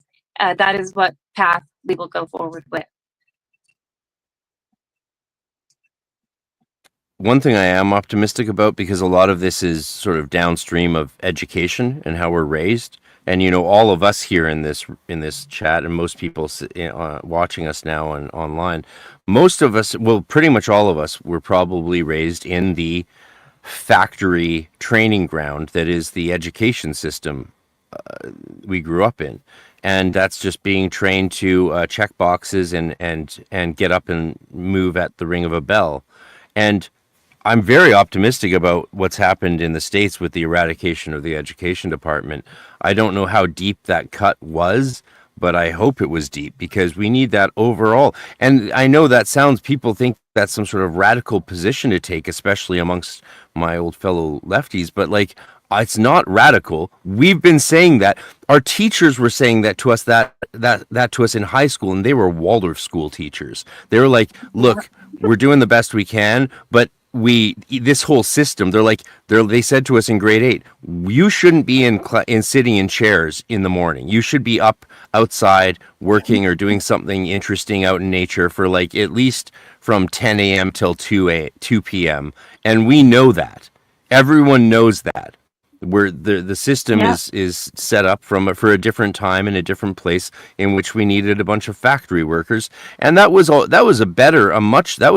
better than the alternative of being like a homeless kid or a chimney sweep, right? Way better to work in a factory and have money and food and a home at the end of the day, even if it was a 16-hour day and the money wasn't that good. That beats homelessness in theory. But now that system way outlived its usefuless, right? Who do you know this is that benefits from that kind of system now? This is kind of like one of those things that repeats all the way down. So I think government overreach itself is something that can make people realize how important individual sovereignty is.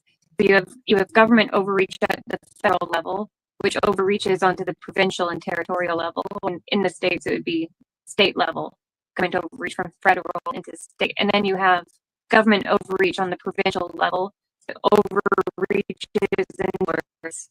And I think it takes that happening again and again and again to such a detrimental effect for people to realize how important it is. And this is personally why I think it would be a really bad idea to join the EU, because then you're just putting one more government overreach on top of our federal government overreach. It's the opposite of what really we need to be realizing and actuating. Oh yeah, the EU's been a disaster. The EU has been a total disaster. Europe's on the brink of war. Like, and man, it's actually even still. I feel you're here in Canada. You're a fellow Canadian. This is quite fun to actually have two Americans and two Canucks on the same pod. We've never done this before, so it's a first, everybody. Pardon me if you were hoping for a deep introspective dive into Agrippa or magic, but yeah, we're just talking about whatever affects the lives of occultists today, I guess. I feel insulted. And yeah, we love you that feel too. So. Go put another sock on your head. I thought it was pretty deep. It's you're right. It's a toque, to borrow from your strange alien terminologies. Yeah, damn aliens. I taught about toque meant. Bud. Yeah, so if we can improve even in our lifetimes the education system, and university structures are already rearranging much more drastically than parochial schools are. That hasn't even begun to shake up yet, right? The school boards, like the school boards, are diabolical. Like the people they decide who are allowed to get licensed to teach and the people who aren't. It's so insidious, especially here. I know it back to front here in BC, and it's just pure corruption and ideology, just dominating the field, and it makes no sense. But beyond that, the bigger problem is the structural problem of how schools are set up and how we're training kids. And look at what's happened to the kids; they're all like illiterate now. And that's not even an exaggeration. Like, the average grade 7 student in North America now reads at a grade 2 level. Teachers, thousands of teachers online can be seen saying that they're Gen 8 alpha kids. This is the most terrifying thing I've ever heard an educator say. It's not that they're suffering in terms of a cognitive ability. It's that they lack any identifiable cognitive ability whatsoever. To see a flaming gay liberal teacher say that on TikTok about a group of grade 5 or grade 6 or grade 7 students is terrifying. These are the kids who are going to be running the world when we're retired and old and trying to die in peace and comfort, right? And they're going to be the ones running the show. I don't know what'll happen. Hopefully they'll all go full telepathy tapes and become enlightened beings or something and guide us. They don't want us to get to be that age. Sorry? They would rather sign up for they don't want us to get to be that age. They would rather that we sign up for the offing yourself program. Oh, speaking of Logan's Run, Speaking of Logan's Run, yeah, I don't think that the powers that be are envisioning a future where there are old people at all. I don't think they have us getting old in the cards whatsoever. Either you'll stay healthy and be able to afford stem cells, or you'll be lower class and disposed of at a certain age. I don't think that's going to happen. I think we're at the serious risk of that happening if we don't keep having conversations like this and making fun of that evil that is out there, that dirt that is in nature because of how we're mixed with the elements. I think, we have to keep sharing. That's why I decided I said, look, people, I'm going to start saying what I think about culture and politics and that just on Twitter or X or whatever. Just there, so that at least I have some sense of agency as the world heads towards catastrophe. I personally try to approach things that maybe I don't agree with a point of, I would like to understand it from their perspective and find a way to see the validity of what it is that they're saying, because ultimately it's based in values. Any opinion is based in an underlying value of some kind. And of course, there's a validity in what you hold close to your heart. What you do with it is where its expression might be twisted or come out hypocritical. But anybody that I don't specifically agree with, I'm not going to hate on those people. I would like to understand them and find a way to move forward. And it's ultimately what diplomacy is about, right? You want to be able to find the common ground and find a solution that works for all people. And if people aren't going to be willing to do that, then we're not going to have a very good future.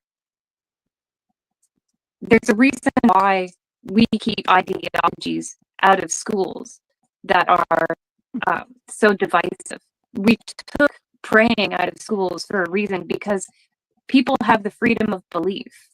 So when you put ideologies into school as mandatory and say, this is the right way to think, and we're going to punish you if you don't think that way, it's no different than forcing somebody to be a Roman Catholic. I agree with this sentiment wholly, because it's not my goal to make everyone agree with me, and it shouldn't be the other person's goal for that either. Like, people treat it so much as like a contest of like, my ideology is truer than yours, or, you know, when we should be having these conversations and finding common ground and moving forward together. I think that's what's most important. I have something to throw in on this. I find it telling that we've divided the terminology of red pill and woke. Like, in the common parlance, these two phrases represent the extreme of both sides, right? Like, a quote red pill is like somebody who's like patriarchal and like, you know, women are property and like, you know, But it even used to be the same meaning. Like, they used to hold the same meaning. That's before. my point. That's my point. Yeah, because if you took the red pill, you woke up from the pod, yeah, and were rescued by Morpheus. And if you took the blue pill, you stayed asleep. But now, it's like woke means asleep, and red pill means sort of more awake. Well, unless you're a woke person, and then you see it the opposite way, of course. Yeah. Which actually is what I want to say to you, Hecka. Just like the problem I see, like, you know, it is a beautiful liberal value, the idea that we should all get along and learn how to live with each other. But that's the problem we're facing. We've tried to force people to live with each other who don't want to live with each other. And Israel Gaza is a perfect example of that. I think that this is also in, pardon me, sorry.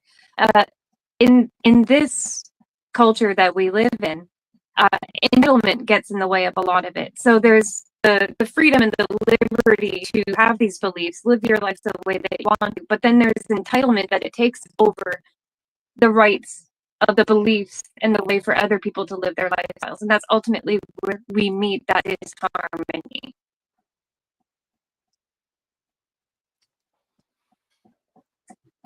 The problem is not all belief systems believe that other people have rights.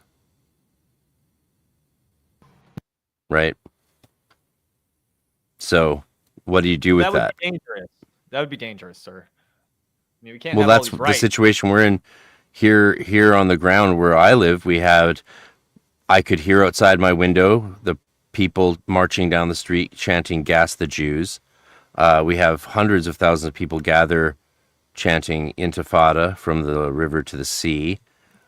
We have Khalistani marches and protests where they're chanting "Kill white men, death to white man, kill the white Canadians, Canada is ours." And this is not one or two instances. These are hundreds of instances. You can watch all the videos on, and it's happening out there in Surrey and other places in the Lower Mainland here. And then you have Muslim imams I've seen on TV here in where I live, calling for the death to white men specifically. And it's like, okay, I'm not sure how this is going to play out, but it doesn't look too good, right? You know, I've always been like, yay, Islam, I love Sufism. But, like, what do you do when your own government is like, yeah, it's totally fine for them to call for your death and we're not going to protect you? And then you're like, well, what's the long term of this? I don't know. When I've personally reflected on this, when I first started noticing a huge division and vitriol between sides, what came up again and again was reflecting on the difference between rights and power. So when you take a word that you're fighting for the rights of some group or another, but you take that word rights and you replace it with power, and then you turn around and hypocritically say, well, this kind of power is bad, but this kind of power is good, it's imbalanced. So I personally think there's a very big difference, and one example of that would be the trans rights, trans power, black rights, black power, white rights, white power. Suddenly that's bad. So I personally think it's something that people should be reflect on and put aside their biases and understand that if you are truly in it for equality, then you have to view that thing as, well, when you give something power, you are putting it above something else and it is no longer equal. So what is the thought? Where did it get twisted? This is because I don't think most people are interested in equality. Equality is considered a white supremacist buzzword now. The word equality is now considered a racist thing to want because it's a denial of equity. Yeah. Yeah. Right, but this was the original. This was the original running point of liberalism, was equality. Yeah.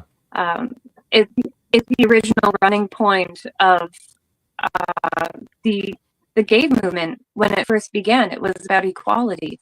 It's about having the same rights as other people, not dominating other people and subjugating them. And it's ultimately wrong on either side, in my opinion. It was an equal sign, not a rainbow. When I was in college, it was an equal sign. So it's not that long ago. This was back when Hillary Clinton still openly hated gay people. You remember those days? It was like, not that long ago. It was a more honest time. For her to have that stance too. But a lot of what, I got to push back against this. So we're not going deep on philosophy. All of what we're talking about is what the Brotherhood of Saturn sort of talks about internally, at least if we're going to believe, Stephen Flowers or whatever. It's this dichotomy between Aquarius. Oh, is he in that? He's the one who took all. Okay, so the Brotherhood of Saturn is the oldest, longest running German occult lodge, whatever. And it's still active. And there are old documents from the 70s. It can be assumed that they've updated their stuff since then, but Flowers took all their old documents, which are poorly organized, hard to translate, and he kind of created a cohesive tale about this organization and did his best in his book, Fraternitas Saturni, to lay out what their philosophy is. And the thing that I'm latching onto so heavily here, without going whole hog and just accepting, the Brotherhood of Saturn is my way of thinking. The thing that resonates with me is this dichotomy between the energy of Aquarius, because that's the age we're moving into, supposedly, and its counterpart across the zodiac, Leo, because this is what we're talking about, the power of the collective, the power of all of us in a group versus the Leo energy, which is the sovereign, the individual, the individual rights, individual power. The Leo is power exercised. It's power that's being used actively. And Aquarius is more the collective. And these energies seem at odds. But in truth, until we balance them, we're going to continue to see hard times like what we're talking about. And there is truth. I would like to clarify as well, because I saw a comment that came up in the chat that when I use the term equality and the classic idea, the liberal idea of equality is more so based on the equality of the sovereign individual in relation to the sovereignty of another individual, that sovereignty comes down to the individual, where the rights of each are the same. If you apply it in a society in a way where you pay everyone the same, you treat everyone the same regardless of whatever rank they might hold, then you end up ultimately with socialism in a fairly dystopian way. So I'm not saying I'm pro-socialism, because this is a big part of the problem that we're having in Canada, because eventually it takes away the rights of the individual. So if you go too far with the equality and apply it to absolutely everything, it does crumble. And I do agree with the comment that I saw that came up with that. There's a place for equality, though, when it comes to the sovereignty of the individual, and there's a place for rewarding according to effort. And those things have to be balanced. Yeah, all men are created equal, as in we're all given the same rights inherent by the creator. Or in the lean, every man, every woman is a star. Same thing. But that doesn't mean that we are equal in our privilege, like to earn money or to get a certain job or, you know, any of these things. That's not guaranteed by equality is what we're trying to say. Like the type of equality we're talking about, this inherent spiritual type of, you know, inalienable rights that, you know, the Constitution talks about even. Well, and like alchemically speaking, everything has it has a sulfur, everything has mercury, everything has salt, but those the spirit is always going to be the same, but the essence, the soul, the sulfur, the oil is going to be different depending on what it's extracted from, right? It's like acknowledgement of the fact that the ethanol is going to be the same across all plant matter, is the same.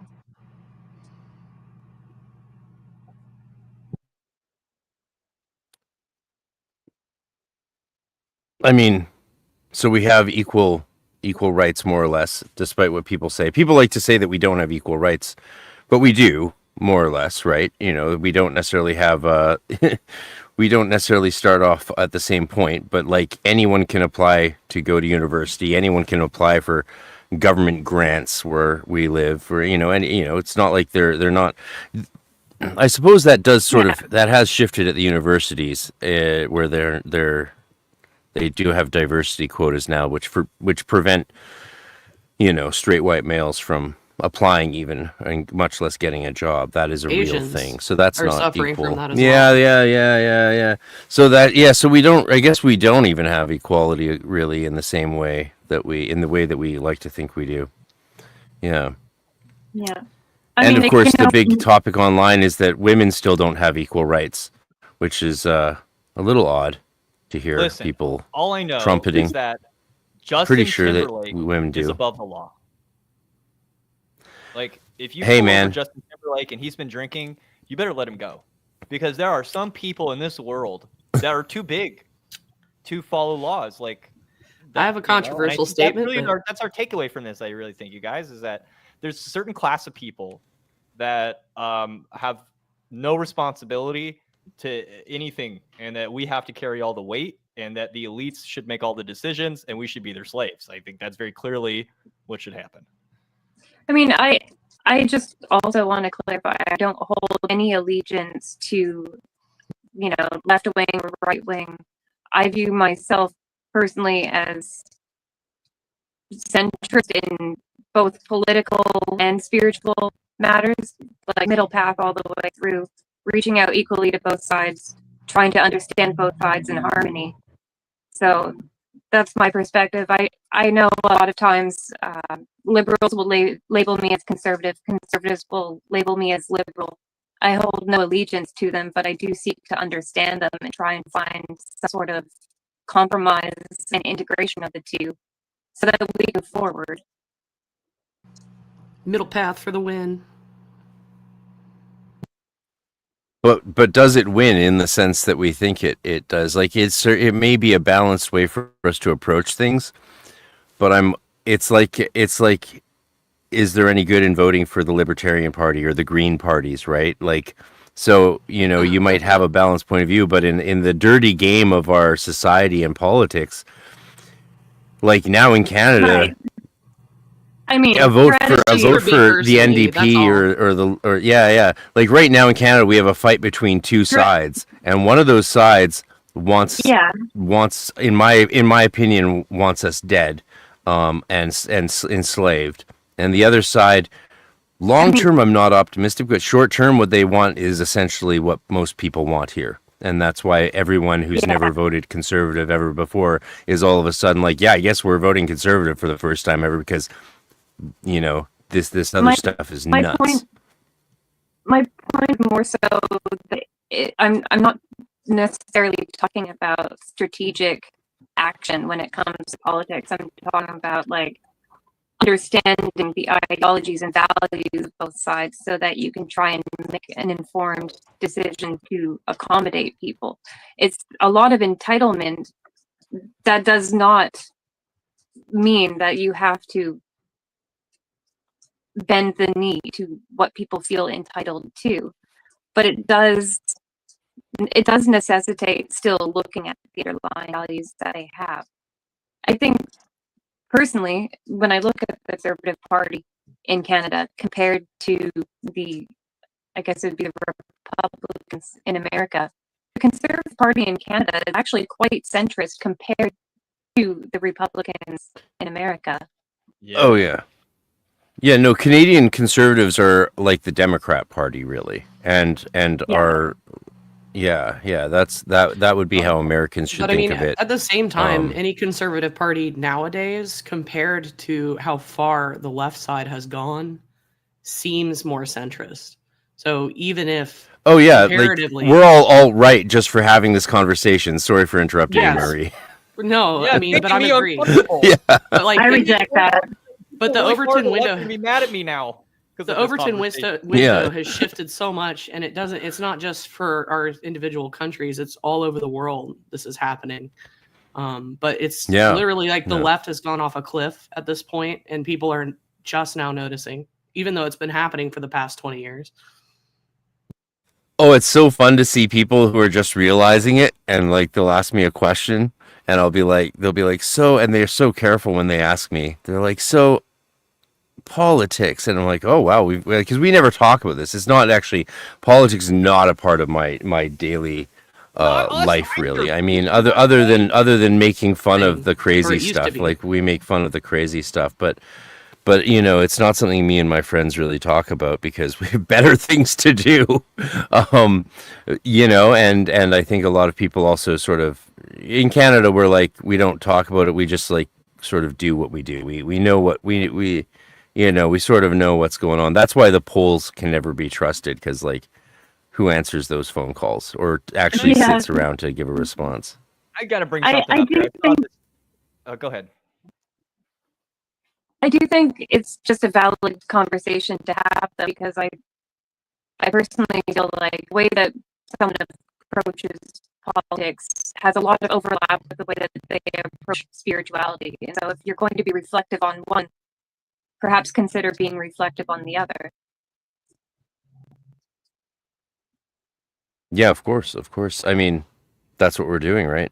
It's reflecting on this in public, which is highly risky, but you know, I think it needs to be done. I think we need to be, at least feel free to have these conversations and talk about, I don't know, I wish I knew more about the controversies around Saturn, Fraternitas Saturni, and Stephen Flowers, gets a lot of hate.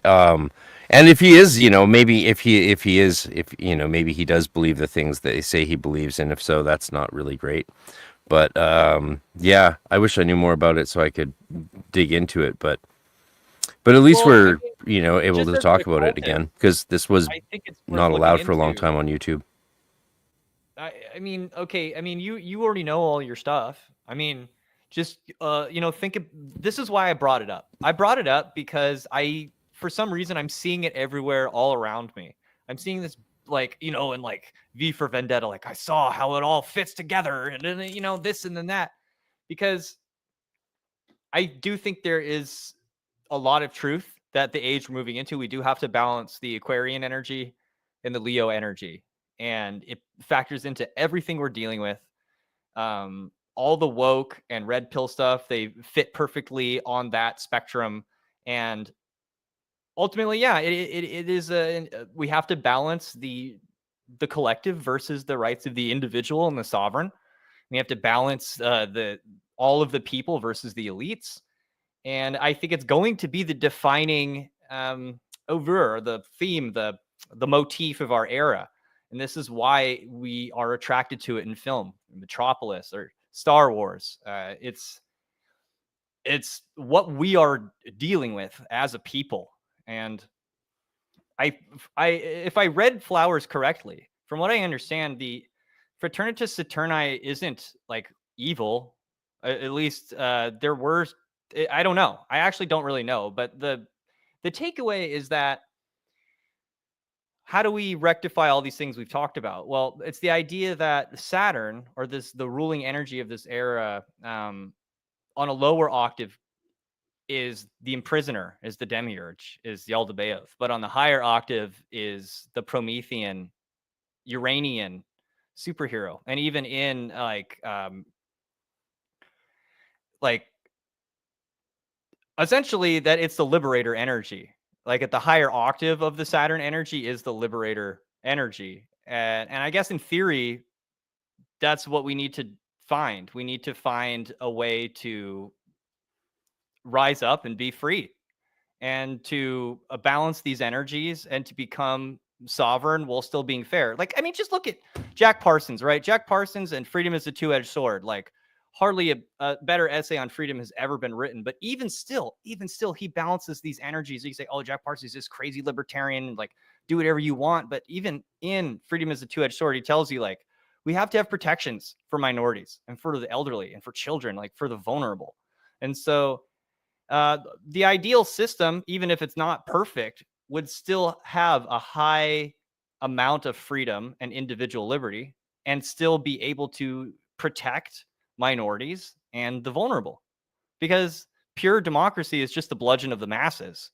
And so there is a balance to be had between the collective and the sovereign. And regardless of if you're a Gnostic or a Hermeticist or whatever, like, I don't think there's any unseeing it, at least for me, that in society, this is our task. This is our great work. The work is important and mysterious. We have to balance these two in a yin yang. And that's what I was getting at with the Brotherhood of Saturn. I don't want you to go worship the devil necessarily. I don't want you to go worship the demiurge or go learn to speak German or become a Thelemite. But I just wanted to point out that go watch some science fiction films and tell me that this isn't the theme of almost every science fiction film that's awesome. And I guess just to pivot from this, I saw a Twitter thread that really fascinated me. It said something like J.R.R. Tolkien was like not super into Dune and these other fantasies because he felt that the heroes practiced a sort of morality that was more practical than mystical, and that they would choose the lesser of two evils, that the ends justified the means, etc. But it wasn't that way in Lord of the Rings. You have people that are up against impossible circumstances, that have almost no way of having a good ending. But the choices that they make are in alignment with what they know is good and what they know is right. And they make that choice even if it doesn't seem to be the rational choice or the practical one. And there's something that really stuck with me with that. As somebody who's not a huge Lord of the Rings fan, I think that's something worth exploring, is this idea that we should do what's right, even if it seems insane, or even if we have to call upon our faith or like whatever to make that choice. But I think there's probably some truth to that we should do the right thing, even if it's not the practical thing. You know, I think it's worth exploring. Yeah, I think it's sort of like the difference between, you could look at that in terms of Christian theology. Is your goal to create a Christian nation as part of your religion so that everyone can be the right religion? Or is your life goal to live a grace-filled life?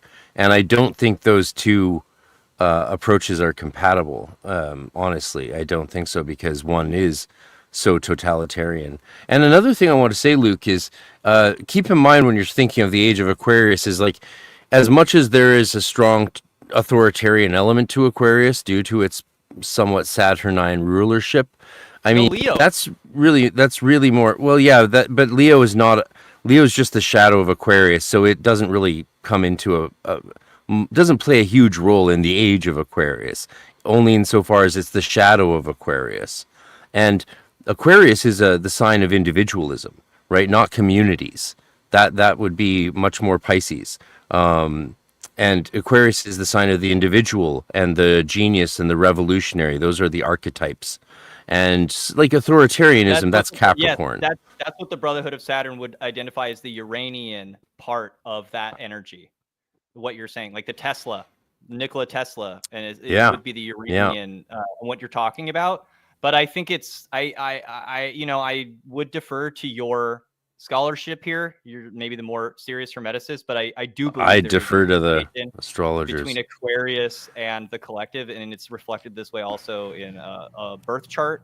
That the house that's associated with Aquarius is also associated with social movements and the collective. It's and then Leo, and friendships. It's a house of friendships. Whereas and the social symbol of Leo community, is the social Uraeus groups. serpent. It's the original crown. It's the symbol of kingship and the sovereign, the individual, like the person who makes the choices. I'm the decider. a lot of astrologers Yeah, no, will it's say true. that like never. A lot of astrologers will say that whatever's on the opposite of that sign will be like a reflective theme in the main sign that's being highlighted in whatever aspect. And you see You don't this have a lot of times. You know, if people are looking at, let's say, a natal chart for the time of a solar eclipse, and they'll tell you like the reflective aspects of this eclipse are in its opposite sign.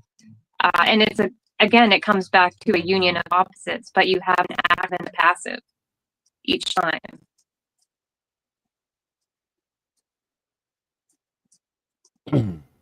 Yeah. Yeah, individual versus community is it's an interesting topic. It's it's so timely, and astrology. Astrology, it can give us so many insights, but it can also be such a distraction from the fact that no one can find a place to live. You know, it's like, what do we do about that? What about the fact that no one I know most people I know have given up any hope of having a family or a home, and are just feel like, and the greatest victory, a lot of people, is just the greatest victory is to not be on the street or in a shelter, you know, being force-fed free crack and cocaine by the Canadian government. Everything you just said, you can find it in what's going on celestially in the stars and planets right now. So, you know, when I first got into Golden Dawn, Hermeticism and stuff, I picked up one of the books. We talked about it years ago. It was like one of the not very good books. You were like, you shouldn't work from that book. But I was working from it. And in this book, that was my introduction to it. It was like, do you want to walk the path of light? Do you want to? Oh, you know, improve Liam Thomas Christopher. You know, do you want to change your life for the better by doing the ancient art, the holy, sacred art? First, all you need to do is partition one room in your house for the work, and then the work may begin. I was like, what? If I had a house with an extra room in it, I wouldn't need magic. I wouldn't need this shit. So true. If I had a fucking house with an extra fucking room, are you serious? It's kind of like, you know, it is what it is. Oh my god. I don't think this comment relates to what you just said, but those were wise words. Okay, he's talking about something I said. I don't even remember what I just said. You'll have to remind me, Jacobus. Thank you for the comment. But yeah, absolutely. It is always it's always funny when I mean yeah.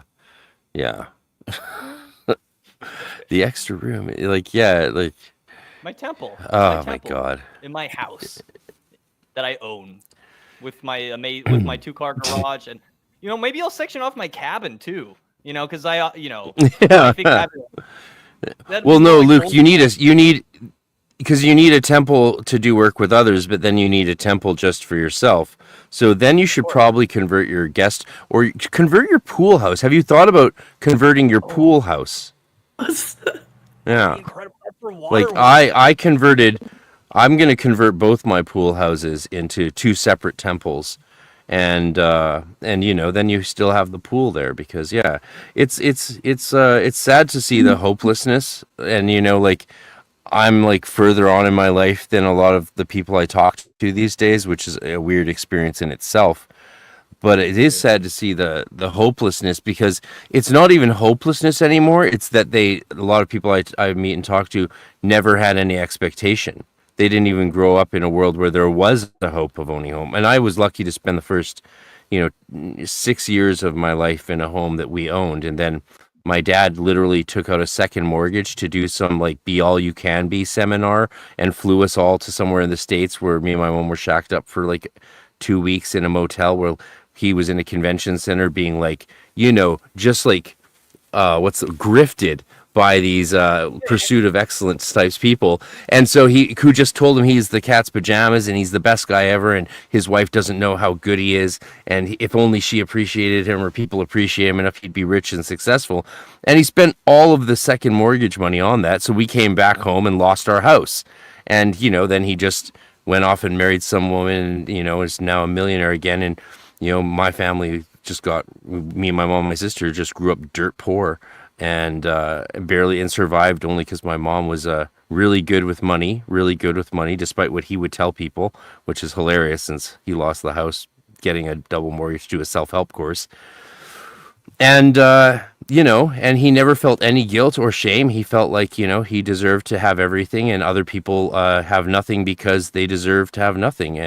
And even though he is the cause of all of the pain and suffering, cause of all of it. And society in general rewards that type of behavior. We reward those people. And he's still rewarded and protected by the police despite raping my sister.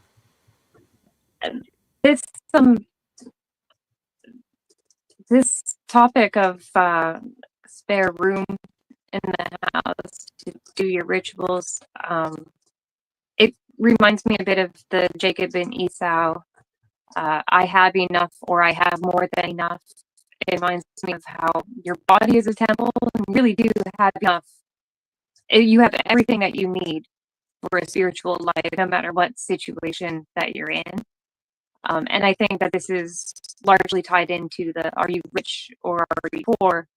It doesn't matter. Like, your physical body doesn't dictate what your spiritual union is or is not, Sometimes I wonder, because I'm a big believer in that. I agree. I really love that mentality. But I just had a thought, like, sometimes I wonder if, like, that's a spirituality that can work if you live in these desert lands where you don't freeze to death sleeping outside in winter or something like that. You know what I mean? Sometimes I wonder, because I've been if you can't just go survive outside very well in Canada. It's not your life expectancy goes down very quickly. I've been homeless and eating out of dumpsters before. I still, at this point, I live in an RV. I occasionally get food bank food because I can't afford food. Does that have a devastating effect on my spirituality? No, it doesn't. It does not have the authority to tell me that I'm spiritually poor. So that is good. That's great. I'm really glad that, I've been in similar situations, and thank God for my spiritual life and my strength in God, because that's what definitely pulled me through.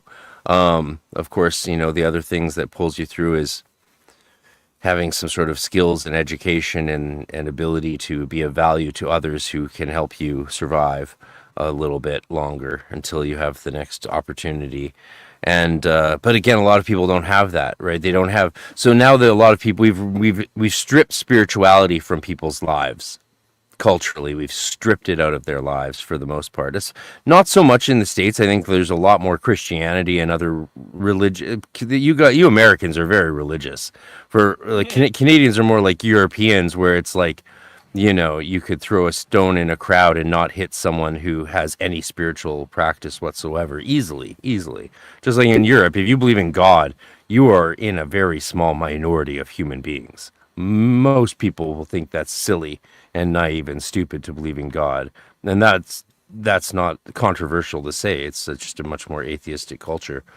So we strip people of religion and spirituality, and now we're stripping them of security, homes, medical care, access to food, and jobs, and hope. Yeah. When the agenda is to make someone poor on every level of their being that they could possibly be poor, to stifle spirituality and to put them physically into poverty, that's pretty abhorrent, in my opinion. That there are people that seek to actually make that a reality. Yeah. But they're trying to keep us safe, Hecka. It's for our greater good. Don't you? Yeah. bunch of crazy fascists, you damn right-wing people. We're reading this comment now. Yeah. Oh, the astrology. Jacobus says about astrology distracting from the fact that having a family and a home have become unrealistic ideas. He said those were wise words, Frederick. I mean, I don't think they're wise. I think they're literally the most blunt observation that any human being could have in this day and age. It's like all these distractions from the one fact that all me and my sister ever wanted was to have, a bunch of kids each and have a home to raise them in with, like, ideally a small backyard like we grew up with we were lucky to always have cherry trees and we would build tree forts in them. And it wasn't much. We didn't get to go to Hawaii on family vacations like our classmates did in private school. We went to Penticton for a week, and that was our vacation year, and we felt like gods. We felt like kings. It was wonderful. But we had the hope that we could actually have families and homes one day, and my sister saw that hope ripped from her over and over again until she could only find relief by base jumping from the pain of her life. And meanwhile, working professionally at Wilma's transitional housing for women, helping survivors survive. And that was her work. She was really good at it. The world needed her, in my opinion. But the evil people in our lives wouldn't stop pursuing her or hurting her. And there was just no escape. She felt trapped, is what she always would say, leading up to her death. And when she would jump was the only time she would feel that relief from that pain and suffering. I said to her once, you sound like you're describing heroin addiction. And she's like, her eyes lit up. She's like, oh no, it's exactly the same thing. And she pulled out a bunch of papers that she had read and a paper she had written for grad school psychology on how base jumping and skydiving is essentially the same thing as a heroin addiction. And she was very literate in that, talked about the brain chemicals and everything. Dopamine. And I was tormented by it. It tormented me because I was begging her to stop. Like, you can skydive your whole life and you're super safe. Base jumping is just a matter of time, and she knew it. But she didn't believe that it would be her. There are studies out there with they've had mice running on hamster wheels, right? And they've put these hamster wheels out into the wild and studied how, wild mice and rodents interact with this. And the running and the increased heart rate, the actual physical action of running on the hamster wheel became addicting to the point where wild rodents were fighting over who got to go on the wheel. They would fight over it. And you see this kind of thing even in like a reflective way with CrossFit. It's kind of like its own cult where people become like addicted to this thing, and it's like they just are looking for the next fix. And you can get that with dopamine, adrenaline. You can get all of those things out of it. So it's a lot like that. More. I mean, the French psychoanalytic philosopher Jacques Lacan, the great Jacques Lacan, talked about the little object, the objet petit a, the little object which is put in place of the big object, which would be God or reality. And the little object is just that thing that you always want, but it's not an actual thing that can be satisfied, so you just want more. And we pursue it, like Heidegger said, we pursue that which retreats from us. And the most and the spiritual antidote to that constant, unquenchable hunger for more in life is, of course, to stop wanting. The Buddhists understood this; they get it. First of all, you have to stop wanting things. You have to cut off desire so that will can flourish. And so, yeah, but that's why, again, I think why religion had to be excised from our culture is, as long as we had religion, I mean, you still see this as a big problem in the States. Catholicism's still a big problem in the States. The government would love to get rid of Catholicism, even though Roman Catholics often vote the right way, the way that Yeah. you know, We've that only is had 2 Roman Catholic presidents, and one right, and neither of them were practicing Catholics. Neither and of the them were other practicing one maybe Catholics. didn't know they were president. So really, maybe we just had like, one full Catholic president. You put the 2 together, like, yeah, I think he knew he was president. maybe. Maybe. I mean, certainly when most of the time he did. It's just How do you think that? What year? I'm all so that curious stuff. to see into the future and see how this era will be looked at in the future, like between Biden, especially. How will he go down, be remembered? Like, I could totally see him being remembered really charitably, or not. You know, it's going to be a weird future. It's going to be a weird time, and this has been such a fun, weird podcast. Yeah, of course it's written by the victors, and you know, that's why the good guys always win. Of course. That's how it has to be. That's how it always will be. You know, I think is that a good point to end on? That the good Our guys friend from always... Boleskine House in Scotland says this is an amazing conversation. Thank you very much, our friend over there in Loch Ness. Appreciate it. Thank you. I appreciate it. These things always make me. Oh, that's probably true. I hope this is true. I hope he's remembered for his love of the beautiful hair of children. You'll be remembered as a hair sniffer. So can you imagine like going into politics and people are like, so is there anything we need to know about you? And you're like, well, I like sniffing hair. And they're like, really? Okay. No, we can make that work. Yeah, we can make that work. Any other things? Any problems with your kids? No, all good. Nothing to see there. You know, I had a parakeet as a kid, and like if you smelled the parakeet, it smells a lot like a kid sometimes, like the hair smell. I don't know. Kids, they have an essence. Like kids smell like birds, is what I'm trying to say. And bird is the word. So I just see this like ancient Egyptian depiction of Joe Biden leaning over and smelling the hair. That make it a statue. So bad. We could put it in an embassy somewhere, because you know the artwork that we have in our embassies, they actually just bypass all security.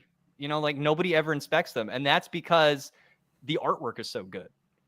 You can't subject artwork to security, because then the artwork would get sad, and that's important. So I think we should really keep that in mind moving forward. I hope. Well, we have time. We could take if there's any questions in the chat. If anyone wants to ask a question or ask us to talk about something, shout it out in the chat. Maybe throw a super chat. This StreamYard software costs over $100 a month. It's fucking expensive. I will keep doing podcasts if you guys keep paying for StreamYard. That's the deal. I'll keep the podcast coming regular like this every week or two, and I have 2 more great ones already lined up next week. I can't even spoil it. I've been vowed to secrecy on my next podcast guest. It'll be a good one. It won't be live though. But it's with a legend of the occult world. It won't be live. It'll be pre-recorded so that I can, because they're old. So thank you, Jacobus. That is very appreciated.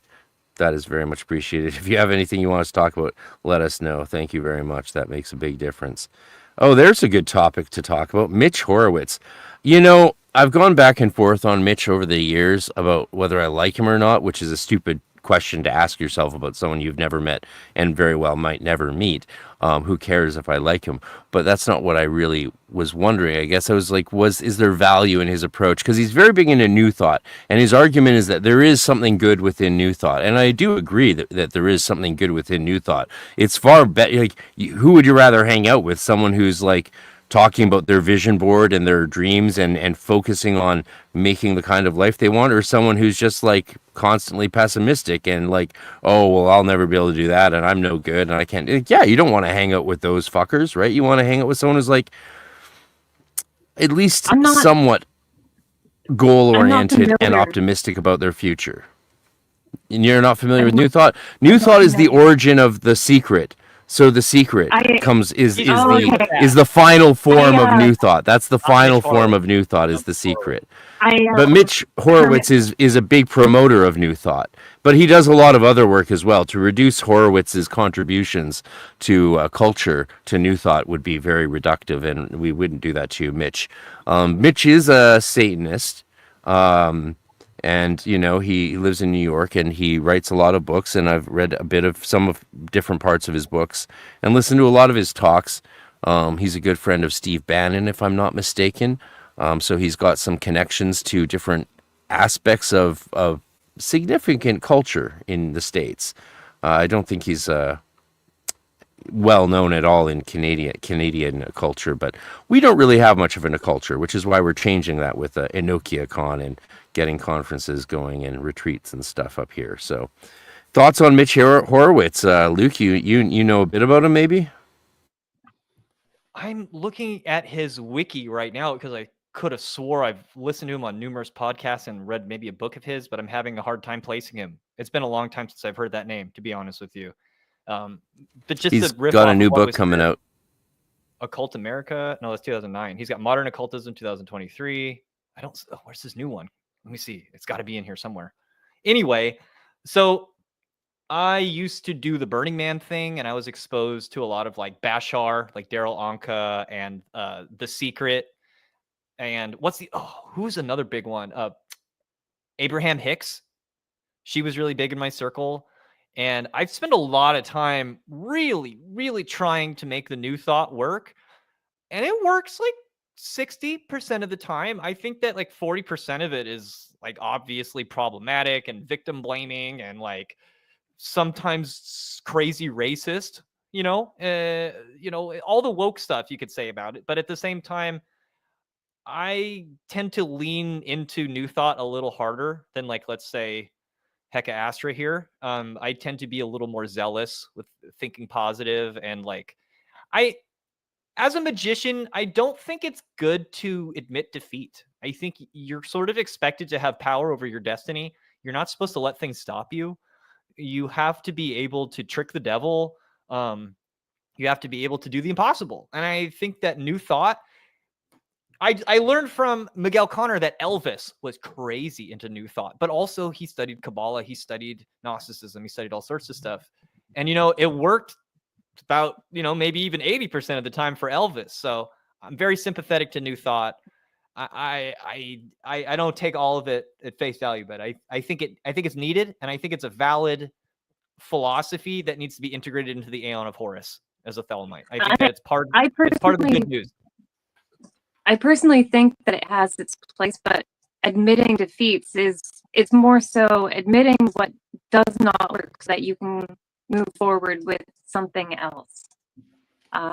So I think not acknowledging that is you're denying yourself the ability to learn from what does not work.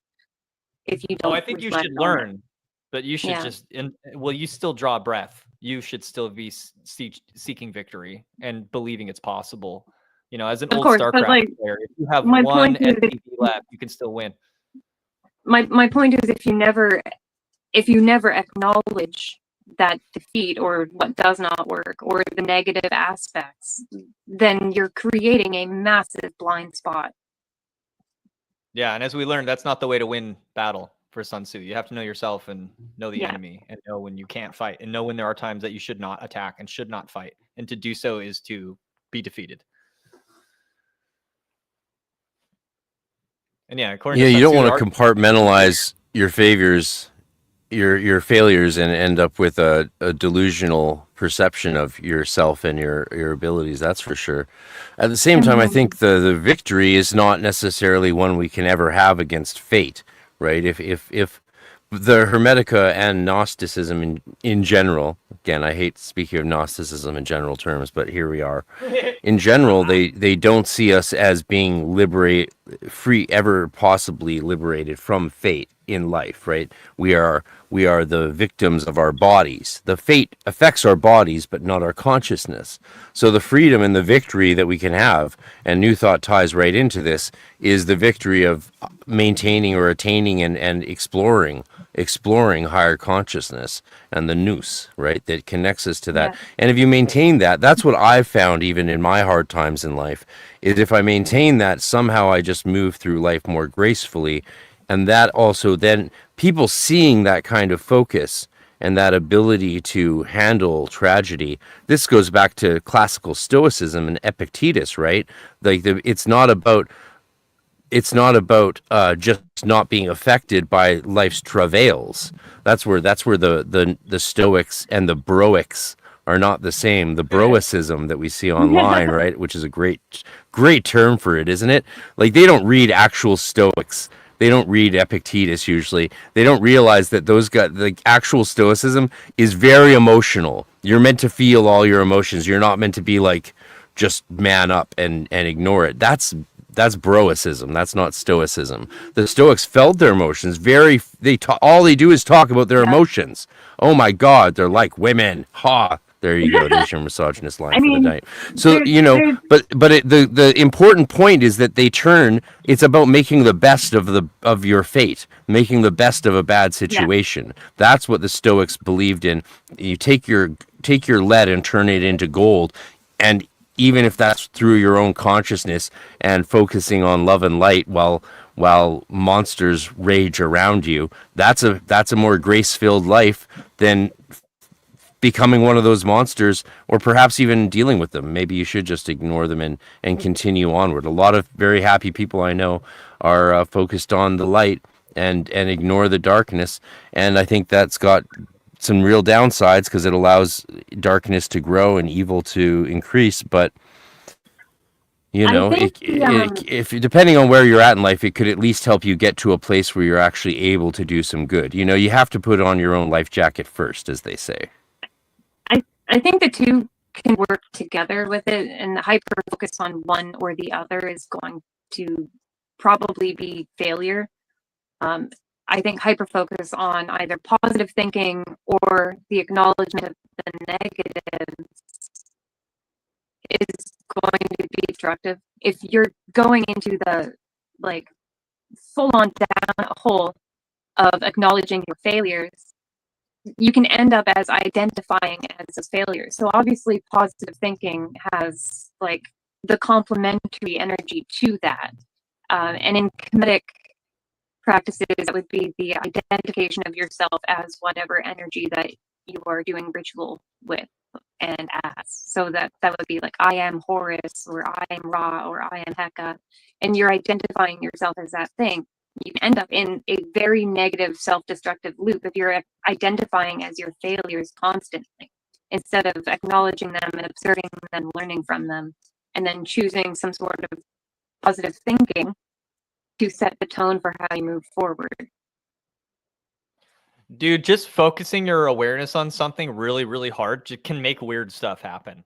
And if you're a magician, you have if you don't use that to your advantage or think about, I don't know. It's just, if I pray to God when I really need help, I am surprised at how much help I get sometimes. Or if I just apply myself when I'm really intimidated by something and I really don't want to do it, sometimes it works out just fine.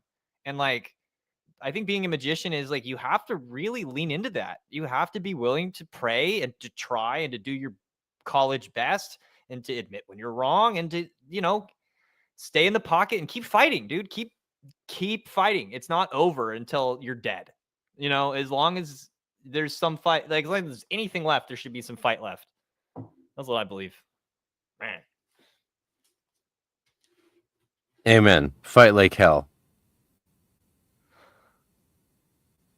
Since I was a little conspiracy theorist, a little spiritualist, they were telling me in those conspiracy theories, there's going to be 3 giant countries. Basically, there's going to be Pacifica. There's going to be Asia thing. And then the East or whatever, they're going to make it the Trilateral Commission, 3 giant states. So maybe this has all been planned ahead of time. Maybe all this politics we're seeing between Carney and Trump and all that, it's all backroom deals. They've already decided there's going to be 3 giant countries, and they're just going with the script. I think that's totally possible. But anyway, I don't know how to bring it full circle. Yeah, man. No, that's why I talk a lot about. Yeah, we can stop whenever. But I think that's why, like, again, there's short-term goods and there's good things we can do in the short term by having this guy run things or this person run things or whatever. Long term, things look pretty rough. Though I don't think we'll. I don't know if we can avoid the technocracy. I don't know if we can avoid a global technocracy, honestly. I think that long term, that probably is what's going to happen. Maybe we can change it. I certainly think that we have no hope of changing that future if we're not able to have families and homes. That's what it comes down to, right? Unless Adonai build the house will crumble and fall. And so we need homes where we're allowed to practice our faith and live faithful lives and raise kids and have and create communities. And that's one of the first things they've stripped away from us. They sort of demolished religion where we are, which is odd since the biggest turmoils and riots we see or protests we see in our streets are wanting to kill people of another religion, even though most people just aren't even religious at all anymore. And then we have all these people who want to kill the rest of us for a religion, even though we don't really have a religion, most people. So I think all the associated members of the Abrahamic religion should really just stop killing each other and should practice what they believe, and that's like God is good and you should be good to other people and stuff. Call me fucking crazy, but like I mean, if they want to sell us weird pagans and Gnostics and Satanists on their God, then they need to be competitive. They need to be in the free market of compassion and show us that they can get along, damn it. Because as far as I can tell, those people are killing each other and they're praying to the same God. I just don't understand. Come on, man. This is kind of why I stopped participating in organized religion altogether. It honestly looks poor under the main religions. Yeah, it's not great. It's a bad advertisement for them. It really is, in my opinion. So they talk so much shit on us Gnostics. Yeah, I mean, I don't think that's not their interest, right? God, it's such a complicated issue. It's really incredible. That God took my force. I wish we could share news in Canada. That's really what I think did us in, is Trudeau tricking the social media companies into being, he's like, we're charging you if we share news, and they're like, no, we'll stop you from sharing news. And he's like, oh, that's horrible. Don't stop Canadians from sharing news on social media. Oh no, I just wanted to charge you money. I didn't want you to ban it outright. Of course that's what he wanted to, and anyone who doesn't realize that is very naive. This is like the Orwellian Ministry of Truth thing that's going on, and that's ultimately not going to be a balanced way forward. It's not. They talk a bit sometimes about dual mot, and there's how there's a duality a lot of times. It's over and over again shown the dual forces of any expressed energy in Kemetic, in ancient Egyptian ideologies. And you can't have a ministry of truth if you're going to just shut out any dissenting opinion or opposite opinion. It's actually pretty horrific and dystopian, in my opinion. Absolutely. You to reject the evidence of your eyes and ears. It was their final, most essential command. Yeah. It's a ministry of Isfet. We're there. We're there now. We're there. Yeah. We are there. Yeah, we are there. People don't know. I can't tell the difference between AI videos and real ones anymore. I can't tell. I don't know if I'm If it's is this real? It does. Yeah, it's so crazy. Which is why that's why I'm doing this whole focusing on in-person events with the Arcane Research Society. We're focusing on getting people together in real life because there's all this bicker and banter online. But to quote the universally beloved Bill Maher, everybody's a monster until you talk to them. Yeah. Right. Well, so we need to keep talking to each other like this and not being like trying to burn each other at the stake for having a different opinion. Because we're on journeys. We're all on journeys. I don't think what I thought 5 years ago. I probably won't think what I think now in 5 years from now. Who knows? I don't know. That's the spin of state-funded media, really, in a nutshell. Yeah. The government-funded media probably was never a good idea. That was probably seemed like a good idea at the time. Oh, we won't have to pay for it, but it's like, yeah, there's no free lunch. You want to leave us with a few thoughts, Luke, and take us home? Oh, leave you guys with a few thoughts. Leave me with the big thoughts at the very end. Okay, I will. And I will say also when we end the stream, keep you have to leave your computer or phone on so that the file uploads to the website. Otherwise, I won't have the good quality audio from each of you, and we definitely need the good quality audio to upload to the podcast so just keep for sure. Otherwise, it won't be listenable. So keep your thing. It might take up to an hour and a half to leave for it to upload your video and audio, and the audio is what I really need. Yeah, thanks. So go for it, Luke. Because I couldn't sign up. I can do that. No problem. Yeah, just make sure you don't shut your devices or go to a different screen on your devices after the stream ends. Thanks. Thank you. I'm such a take us home, baby. Okay, so because you put me on the spot here and I have no idea what to say. Well, you were about to say something. Just say what you were going to say. Well, if you watch The Ninth Gate and you put all of the different phrases in order, because they only give it to you in the film out of order, and in fact, they give it to you in an order that makes the philosophy seem like crazy and wrong and evil and satanic. But if you go and you look it up and you put it in order yourself, it says, to travel in silence and gain at last a key, to brave the arrows of misfortune by long circuitous route, sparing no expense, fearing neither noose nor fire, but to play the greatest of all games and win, is to mock the vicissitudes of fate that will open the 9 gates. I just think, for a total crazy psychopathic scumbag that Roman Polanski is, I think that's some really good wisdom to live by. I think we should all that watch is the actually. Gate. And maybe watch do as Demolition Polanski Man, says, not as he does. Demolition Man was a documentary, but apparently it is. So. Great film, though. We watch that quite often.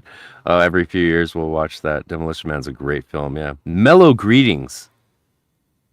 Mellow farewell. Thank you, my friends, for being on this joint podcast with The Whole Rabbit. Check out Luke's The Whole Rabbit podcast on Patreon. Get a sticker. You still give stickers to your patrons, right? I send them all at 5x5. Get a sticker. Funny Baphomet cover art. $5 get you access to all of our shows. We talk about every fucking weird, crazy shit thing ever possible, and we're still looking for more, and we got some in the pipe. So thank you for dealing with me. I was a little nervous in the beginning, and these live things are very... I'm still getting my sea legs, but, I'll get with it eventually. So thank you, guys. Thank you and for people should us. become... You're so welcome, Marie. And Hecka, nice to see you. I'm so sorry you're not in Vancouver. I actually needed some leather work done. I'm not. And I was like, she's way too busy with doing stuff for films and big Hollywood productions to deal with what I need. But then it turns out you're not even here, and I'm sorry to hear that. I'm sorry you got renovicted. That's evil. Renoviction should be punished like horse theft. I'm still doing leather work for a living. It is a beautiful area. Awesome. My circumstances suck more though, but it's right on. I'm personally glad I'm not in Vancouver anymore. It's I visited there recently and it felt very vitriolic, the environment and the people largely. So your dog smells better. Massive massive respect for you being in that environment constantly. It's a lot more peaceful. Well, I live in paradise, honestly. Like I live in paradise in the city because I'm in the West End. East side might be a bit different, but yeah, most of the city hasn't changed. The main thing that's changed in Vancouver, which is why I'm doing these conferences and events, is the main thing that's changed is there's not much to do anymore. Anyone who had a small business or did little art projects or events, most of those people can't afford to live here anymore, so those things are gone. We destroyed the art scene and the music scene in Vancouver as much as we could since the Olympics. We really did our best to destroy the creative spirit of British Columbians and send them scattered to the four winds. But that's created an aporia. There's a gap there, and nature abhors a void. So we are bringing in spirit and events, and the weakness of the Canadian dollar right now, and the overabundance of empty venues and nothing to do, is actually all to the benefit of upstart projects like our own conferences and retreats, because people need stuff to do, and our dollar's weak. Yeah. So come here. It's paradise. Bard on the beach is beautiful. Like the environment's beautiful. Yeah, crime's up 62%, but it's up from like 1%. So it's like still like you don't see it. You don't feel unsafe on the streets. I spent most of my life on the coast, born and raised, and I definitely think it's a beautiful area. It's the most beautiful I've ever been to, and I was blessed to live there. The downtown Vancouver is more so what I'm talking about with the toxic energy. Just the interactions with the people really got to me when I was there. Downtown East Side, that would be downtown East Side, not where I live in the city core. It was from downtown Vancouver all the way down into South Surrey is where I was, and it was awful. But North Van and West Van are very lovely areas. Yeah. Yes, come to Vancouver and stay in the tourist areas, which is a lot of them. We have a lot of them. But yeah, you don't. And they have cleaned up the downtown East Side a ton. Like they've cleared it out, which I sort of saw as a bad thing, because it's like, oh, now we just don't see it. Right? It's still there. It still exists, but it's just more scattered. So we don't see the suffering. Hear no evil, see no evil. How insidious. Yeah, it's gentrification at its finest. Should we end with this quote from our listener in Scotland, our friend from Boleskine? Sure. Insipid occultist, thank you you're going to take us home on this one. And he says, ambition within limits is a virtue, and he is a poor builder who lacks it. But the ambition that impels a man to disregard the feelings or rights of others is that sin by which the angels fell. Have a great week, everybody. Happy Monday. Have a good day. We love you. And thank you for joining us on this wild, wild ride with the return of the whole rabbit. We've done many podcasts before together, and we'll do many more in the future. And this was probably the tamest of anyone we've ever done. This was pretty chill, actually. We were chillaxing here on the West Coast. You're not in the middle of a theophany. I love it. I wish you were here, man. And so people join Whole Rabbit Podcast Patreon to help him get his beautiful fiancée, Heka Astra, to escape from Canada into Ventura, California, where they will unite as one and take over the entire created world of escape rooms and watch these petty mortals fight for the keys to open the ninth gate. We're gonna yes, absolutely. We're gonna homestead, and we're gonna throw like a yearly festival, kind of like Shambhala or Burning Man. So we just got to get our shit together. You're all invited. We'll figure it out. I love it. Thank you for having me on the show. You're fucking awesome to have me here, and we'd love to have you on whenever and do this again. So until then, thank you, everybody. Eat carrots. So mote it be. Pew pew. Eat carrots and shoot lasers. Pew pew. All right. Cheers, everybody. And you guys don't close your screens. Take care. Light and extension.